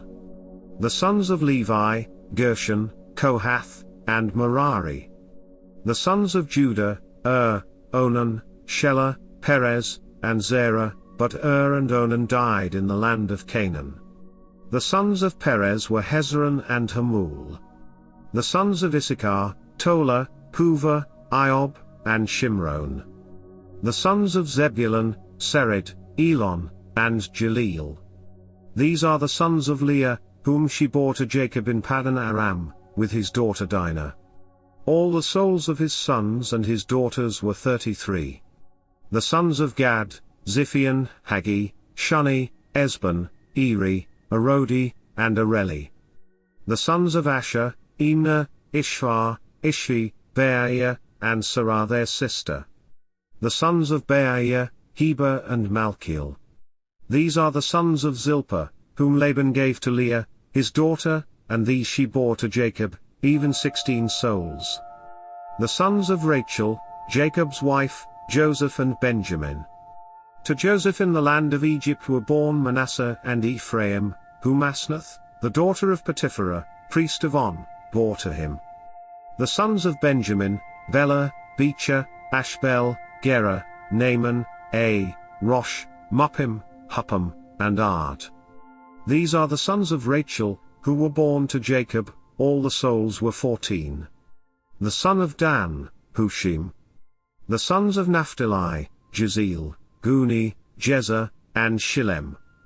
These are the sons of Bilhah, whom Laban gave to Rachel, his daughter, and these she bore to Jacob, all the souls were 7. All the souls who came with Jacob into Egypt, who were his direct offspring, in addition to Jacob's sons' wives, all the souls were 66. The sons of Joseph, who were born to him in Egypt, were 2 souls. All the souls of the house of Jacob, who came into Egypt, were 70. Jacob sent Judah before him to Joseph, to show the way before him to Goshen, and they came into the land of Goshen. Joseph prepared his chariot, and went up to meet Israel, his father, in Goshen. He presented himself to him, and fell on his neck, and wept on his neck a good while. Israel said to Joseph, "Now let me die, since I have seen your face, that you are still alive." Joseph said to his brothers, and to his father's house, "I will go up, and speak with Pharaoh, and will tell him, my brothers, and my father's house, who were in the land of Canaan, have come to me. These men are shepherds, for they have been keepers of livestock, and they have brought their flocks, and their herds, and all that they have. It will happen, when Pharaoh summons you, and will say, 'What is your occupation?' that you shall say, 'Your servants have been keepers of livestock from our youth even until now, both we, and our fathers, that you may dwell in the land of Goshen, for every shepherd is an abomination to the Egyptians.'" 47. Then Joseph went in and told Pharaoh, and said, "My father and my brothers, with their flocks, their herds, and all that they own, have come out of the land of Canaan, and behold, they are in the land of Goshen." From among his brothers he took 5 men, and presented them to Pharaoh. Pharaoh said to his brothers, "What is your occupation?" They said to Pharaoh, "Your servants are shepherds, both we, and our fathers." They also said to Pharaoh, "We have come to live as foreigners in the land, for there is no pasture for your servants' flocks. For the famine is severe in the land of Canaan. Now therefore, please let your servants dwell in the land of Goshen." Pharaoh spoke to Joseph, saying, "Your father and your brothers have come to you. The land of Egypt is before you. Make your father and your brothers dwell in the best of the land. Let them dwell in the land of Goshen. If you know any able men among them, then put them in charge of my livestock." Joseph brought in Jacob, his father, and set him before Pharaoh, and Jacob blessed Pharaoh. Pharaoh said to Jacob, "How old are you?" Jacob said to Pharaoh, "The years of my pilgrimage are 130 years. The days of the years of my life have been few and evil. They have not attained to the days of the years of the life of my fathers in the days of their pilgrimage." Jacob blessed Pharaoh, and went out from the presence of Pharaoh. Joseph placed his father and his brothers, and gave them a possession in the land of Egypt, in the best of the land, in the land of Ramesses, as Pharaoh had commanded.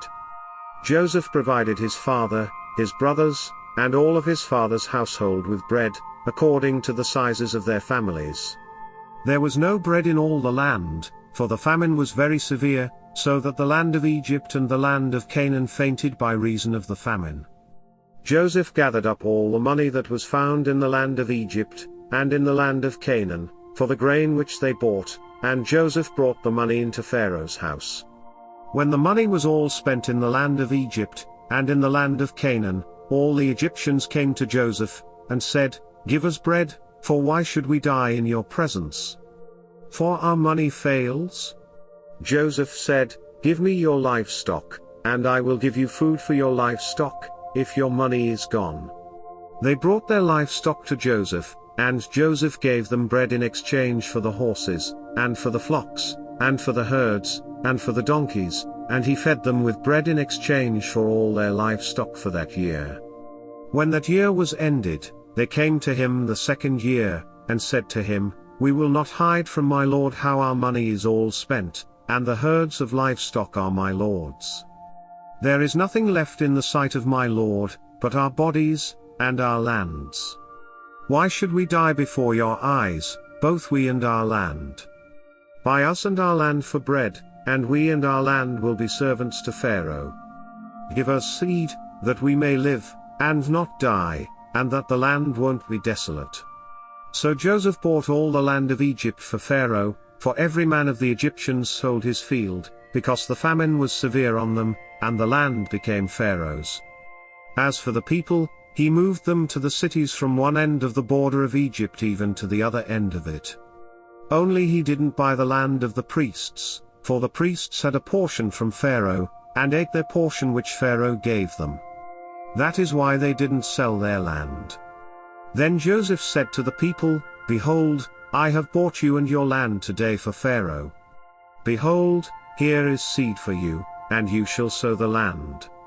It will happen at the harvests, that you shall give a fifth to Pharaoh, and 4 parts will be your own, for seed of the field, for your food, for them of your households, and for food for your little ones." They said, "You have saved our lives. Let us find favor in the sight of my lord, and we will be Pharaoh's servants." Joseph made it a statute concerning the land of Egypt to this day, that Pharaoh should have the fifth. Only the land of the priests alone didn't become Pharaoh's. Israel lived in the land of Egypt, in the land of Goshen, and they got themselves possessions therein, and were fruitful, and multiplied exceedingly. Jacob lived in the land of Egypt 17 years. So the days of Jacob, the years of his life, were 147 years. The time came near that Israel must die, and he called his son Joseph, and said to him, "If now I have found favor in your sight, please put your hand under my thigh, and deal kindly and truly with me. Please don't bury me in Egypt, but when I sleep with my fathers, you shall carry me out of Egypt, and bury me in their burying place." Joseph said, "I will do as you have said." Israel said, "Swear to me," and he swore to him. Then Israel bowed himself on the bed's head. 48. After these things, someone said to Joseph, "Behold, your father is sick." He took with him his 2 sons, Manasseh and Ephraim. Someone told Jacob, and said, "Behold, your son Joseph comes to you," and Israel strengthened himself, and sat on the bed. Jacob said to Joseph, "God Almighty appeared to me at Luz in the land of Canaan, and blessed me, and said to me, Behold, I will make you fruitful, and multiply you, and I will make of you a company of peoples, and will give this land to your offspring after you for an everlasting possession. Now your 2 sons, who were born to you in the land of Egypt before I came to you into Egypt, are mine, Ephraim and Manasseh, even as Reuben and Simeon, will be mine. Your offspring, whom you become the father of after them, will be yours. They will be called after the name of their brothers in their inheritance. As for me, when I came from Paddan, Rachel died beside me in the land of Canaan on the way, when there was still some distance to come to Ephrat, and I buried her there on the way to Ephrat, also called Bethlehem. Israel saw Joseph's sons, and said, Who are these? Joseph said to his father, They are my sons, whom God has given me here. He said, Please bring them to me, and I will bless them. Now the eyes of Israel were dim for age, so that he couldn't see well. Joseph brought them near to him, and he kissed them, and embraced them. Israel said to Joseph, I didn't think I would see your face, and behold, God has let me see your offspring also. Joseph brought them out from between his knees, and he bowed himself with his face to the earth. Joseph took them both, Ephraim in his right hand toward Israel's left hand, and Manasseh in his left hand toward Israel's right hand, and brought them near to him. Israel stretched out his right hand, and laid it on Ephraim's head, who was the younger, and his left hand on Manasseh's head, guiding his hands knowingly, for Manasseh was the firstborn. He blessed Joseph, and said, The God before whom my fathers Abraham and Isaac walked, the God who has fed me all my life long to this day, the angel who has redeemed me from all evil, bless the lads. And let my name be named on them, and the name of my fathers Abraham and Isaac. Let them grow into a multitude upon the earth. When Joseph saw that his father laid his right hand on the head of Ephraim, it displeased him. He held up his father's hand, to remove it from Ephraim's head to Manasseh's head. Joseph said to his father, Not so, my father, for this is the firstborn. Put your right hand on his head. His father refused, and said, I know, my son, I know. He also will become a people, and he also will be great. However, his younger brother will be greater than he, and his offspring will become a multitude of nations. He blessed them that day, saying, Israel will bless in you, saying, God make you as Ephraim and as Manasseh. He set Ephraim before Manasseh. Israel said to Joseph, Behold, I am dying, but God will be with you, and bring you again to the land of your fathers. Moreover, I have given to you one portion above your brothers, which I took out of the hand of the Amorite with my sword and with my bow. 49. Jacob called to his sons, and said, Gather yourselves together, that I may tell you that which will happen to you in the days to come. Assemble yourselves, and hear, you sons of Jacob. Listen to Israel, your father. Reuben, you are my firstborn, my might, and the beginning of my strength. Excelling in dignity, and excelling in power. Boiling over like water, you shall not excel. Because you went up to your father's bed, then defiled it. He went up to my couch. Simeon and Levi are brothers. Their swords are weapons of violence. My soul, don't come into their council. My glory, don't be united to their assembly. For in their anger they killed men. In their self will they hamstrung cattle. Cursed be their anger, for it was fierce. And their wrath, for it was cruel. I will divide them in Jacob, and scatter them in Israel. Judah, your brothers will praise you. Your hand will be on the neck of your enemies. Your father's sons will bow down before you. Judah is a lion's cub. From the prey, my son, you have gone up. He stooped down, he crouched as a lion. As a lioness. Who will rouse him up? The scepter will not depart from Judah, nor the ruler's staff from between his feet, until he comes to whom it belongs. The obedience of the peoples will be to him. Binding his foal to the vine, his donkey's colt to the choice vine. He has washed his garments in wine, his robes in the blood of grapes. His eyes will be red with wine.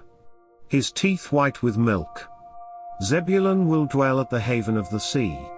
He will be for a haven of ships. His border will be on Sidon. Issachar is a strong donkey, lying down between the saddlebags. He saw a resting place, that it was good. The land, that it was pleasant. He bows his shoulder to the burden, and becomes a servant doing forced labor. Dan will judge his people. As one of the tribes of Israel. Dan will be a serpent on the trail, an adder in the path, that bites the horse's heels, so that his rider falls backward. I have waited for your salvation, Yahweh. A troop will press on Gad, but he will press on their heel. Asher's food will be rich. He will produce royal dainties. Naphtali is a doe set free, who bears beautiful fawns. Joseph is a fruitful vine by a spring. His branches run over the wall. The archers have severely grieved him, shot at him, and persecuted him. But his bow remained strong. The arms of his hands were made strong by the hands of the mighty one of Jacob. From there is the shepherd, the stone of Israel, even by the God of your father, who will help you, by the Almighty, who will bless you, with blessings of heaven above, blessings of the deep that lies below, blessings of the breasts, and of the womb. The blessings of your father have prevailed above the blessings of my ancestors, above the boundaries of the ancient hills. They will be on the head of Joseph, on the crown of the head of him who is separated from his brothers. Benjamin is a ravenous wolf. In the morning he will devour the prey. At evening he will divide the plunder. All these are the 12 tribes of Israel, and this is what their father spoke to them, and blessed them. He blessed everyone according to his own blessing. He instructed them, and said to them, I am to be gathered to my people.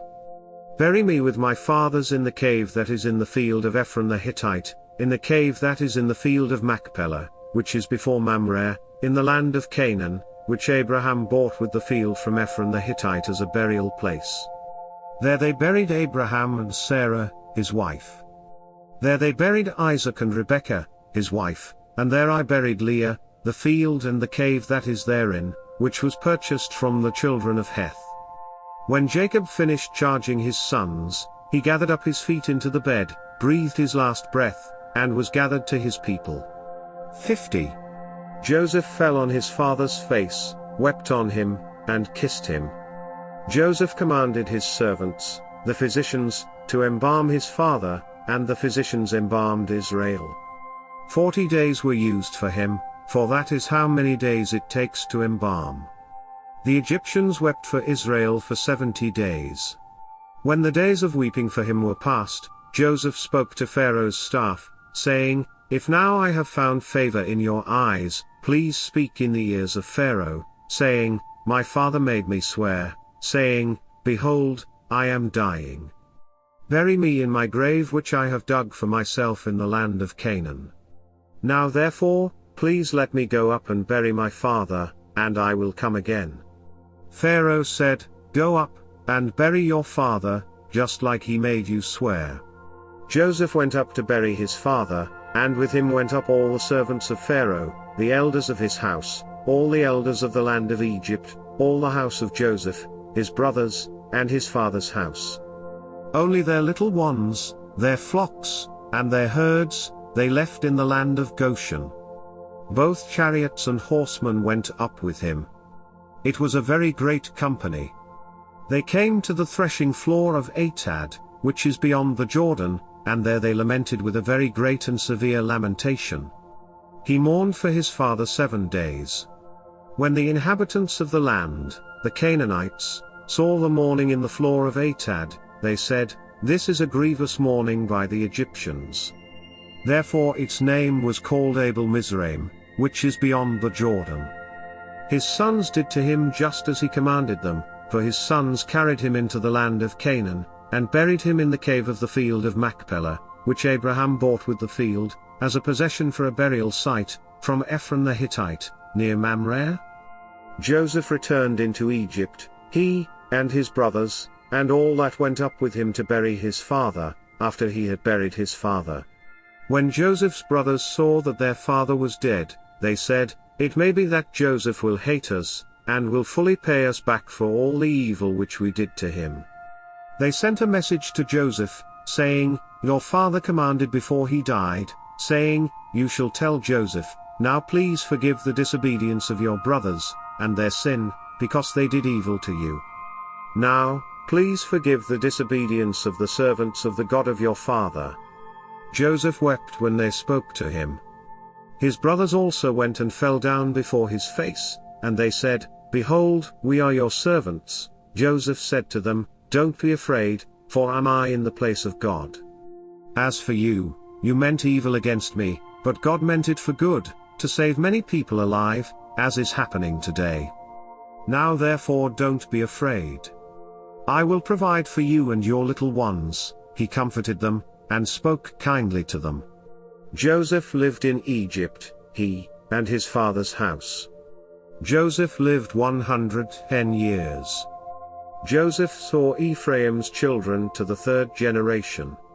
The children also of Machir, the son of Manasseh, were born on Joseph's knees. Joseph said to his brothers, "I am dying, but God will surely visit you, and bring you up out of this land to the land which he swore to Abraham, to Isaac, and to Jacob." Joseph took an oath from the children of Israel, saying, "God will surely visit you, and you shall carry up my bones from here." So Joseph died, being 110 years old, and they embalmed him, and he was put in a coffin in Egypt.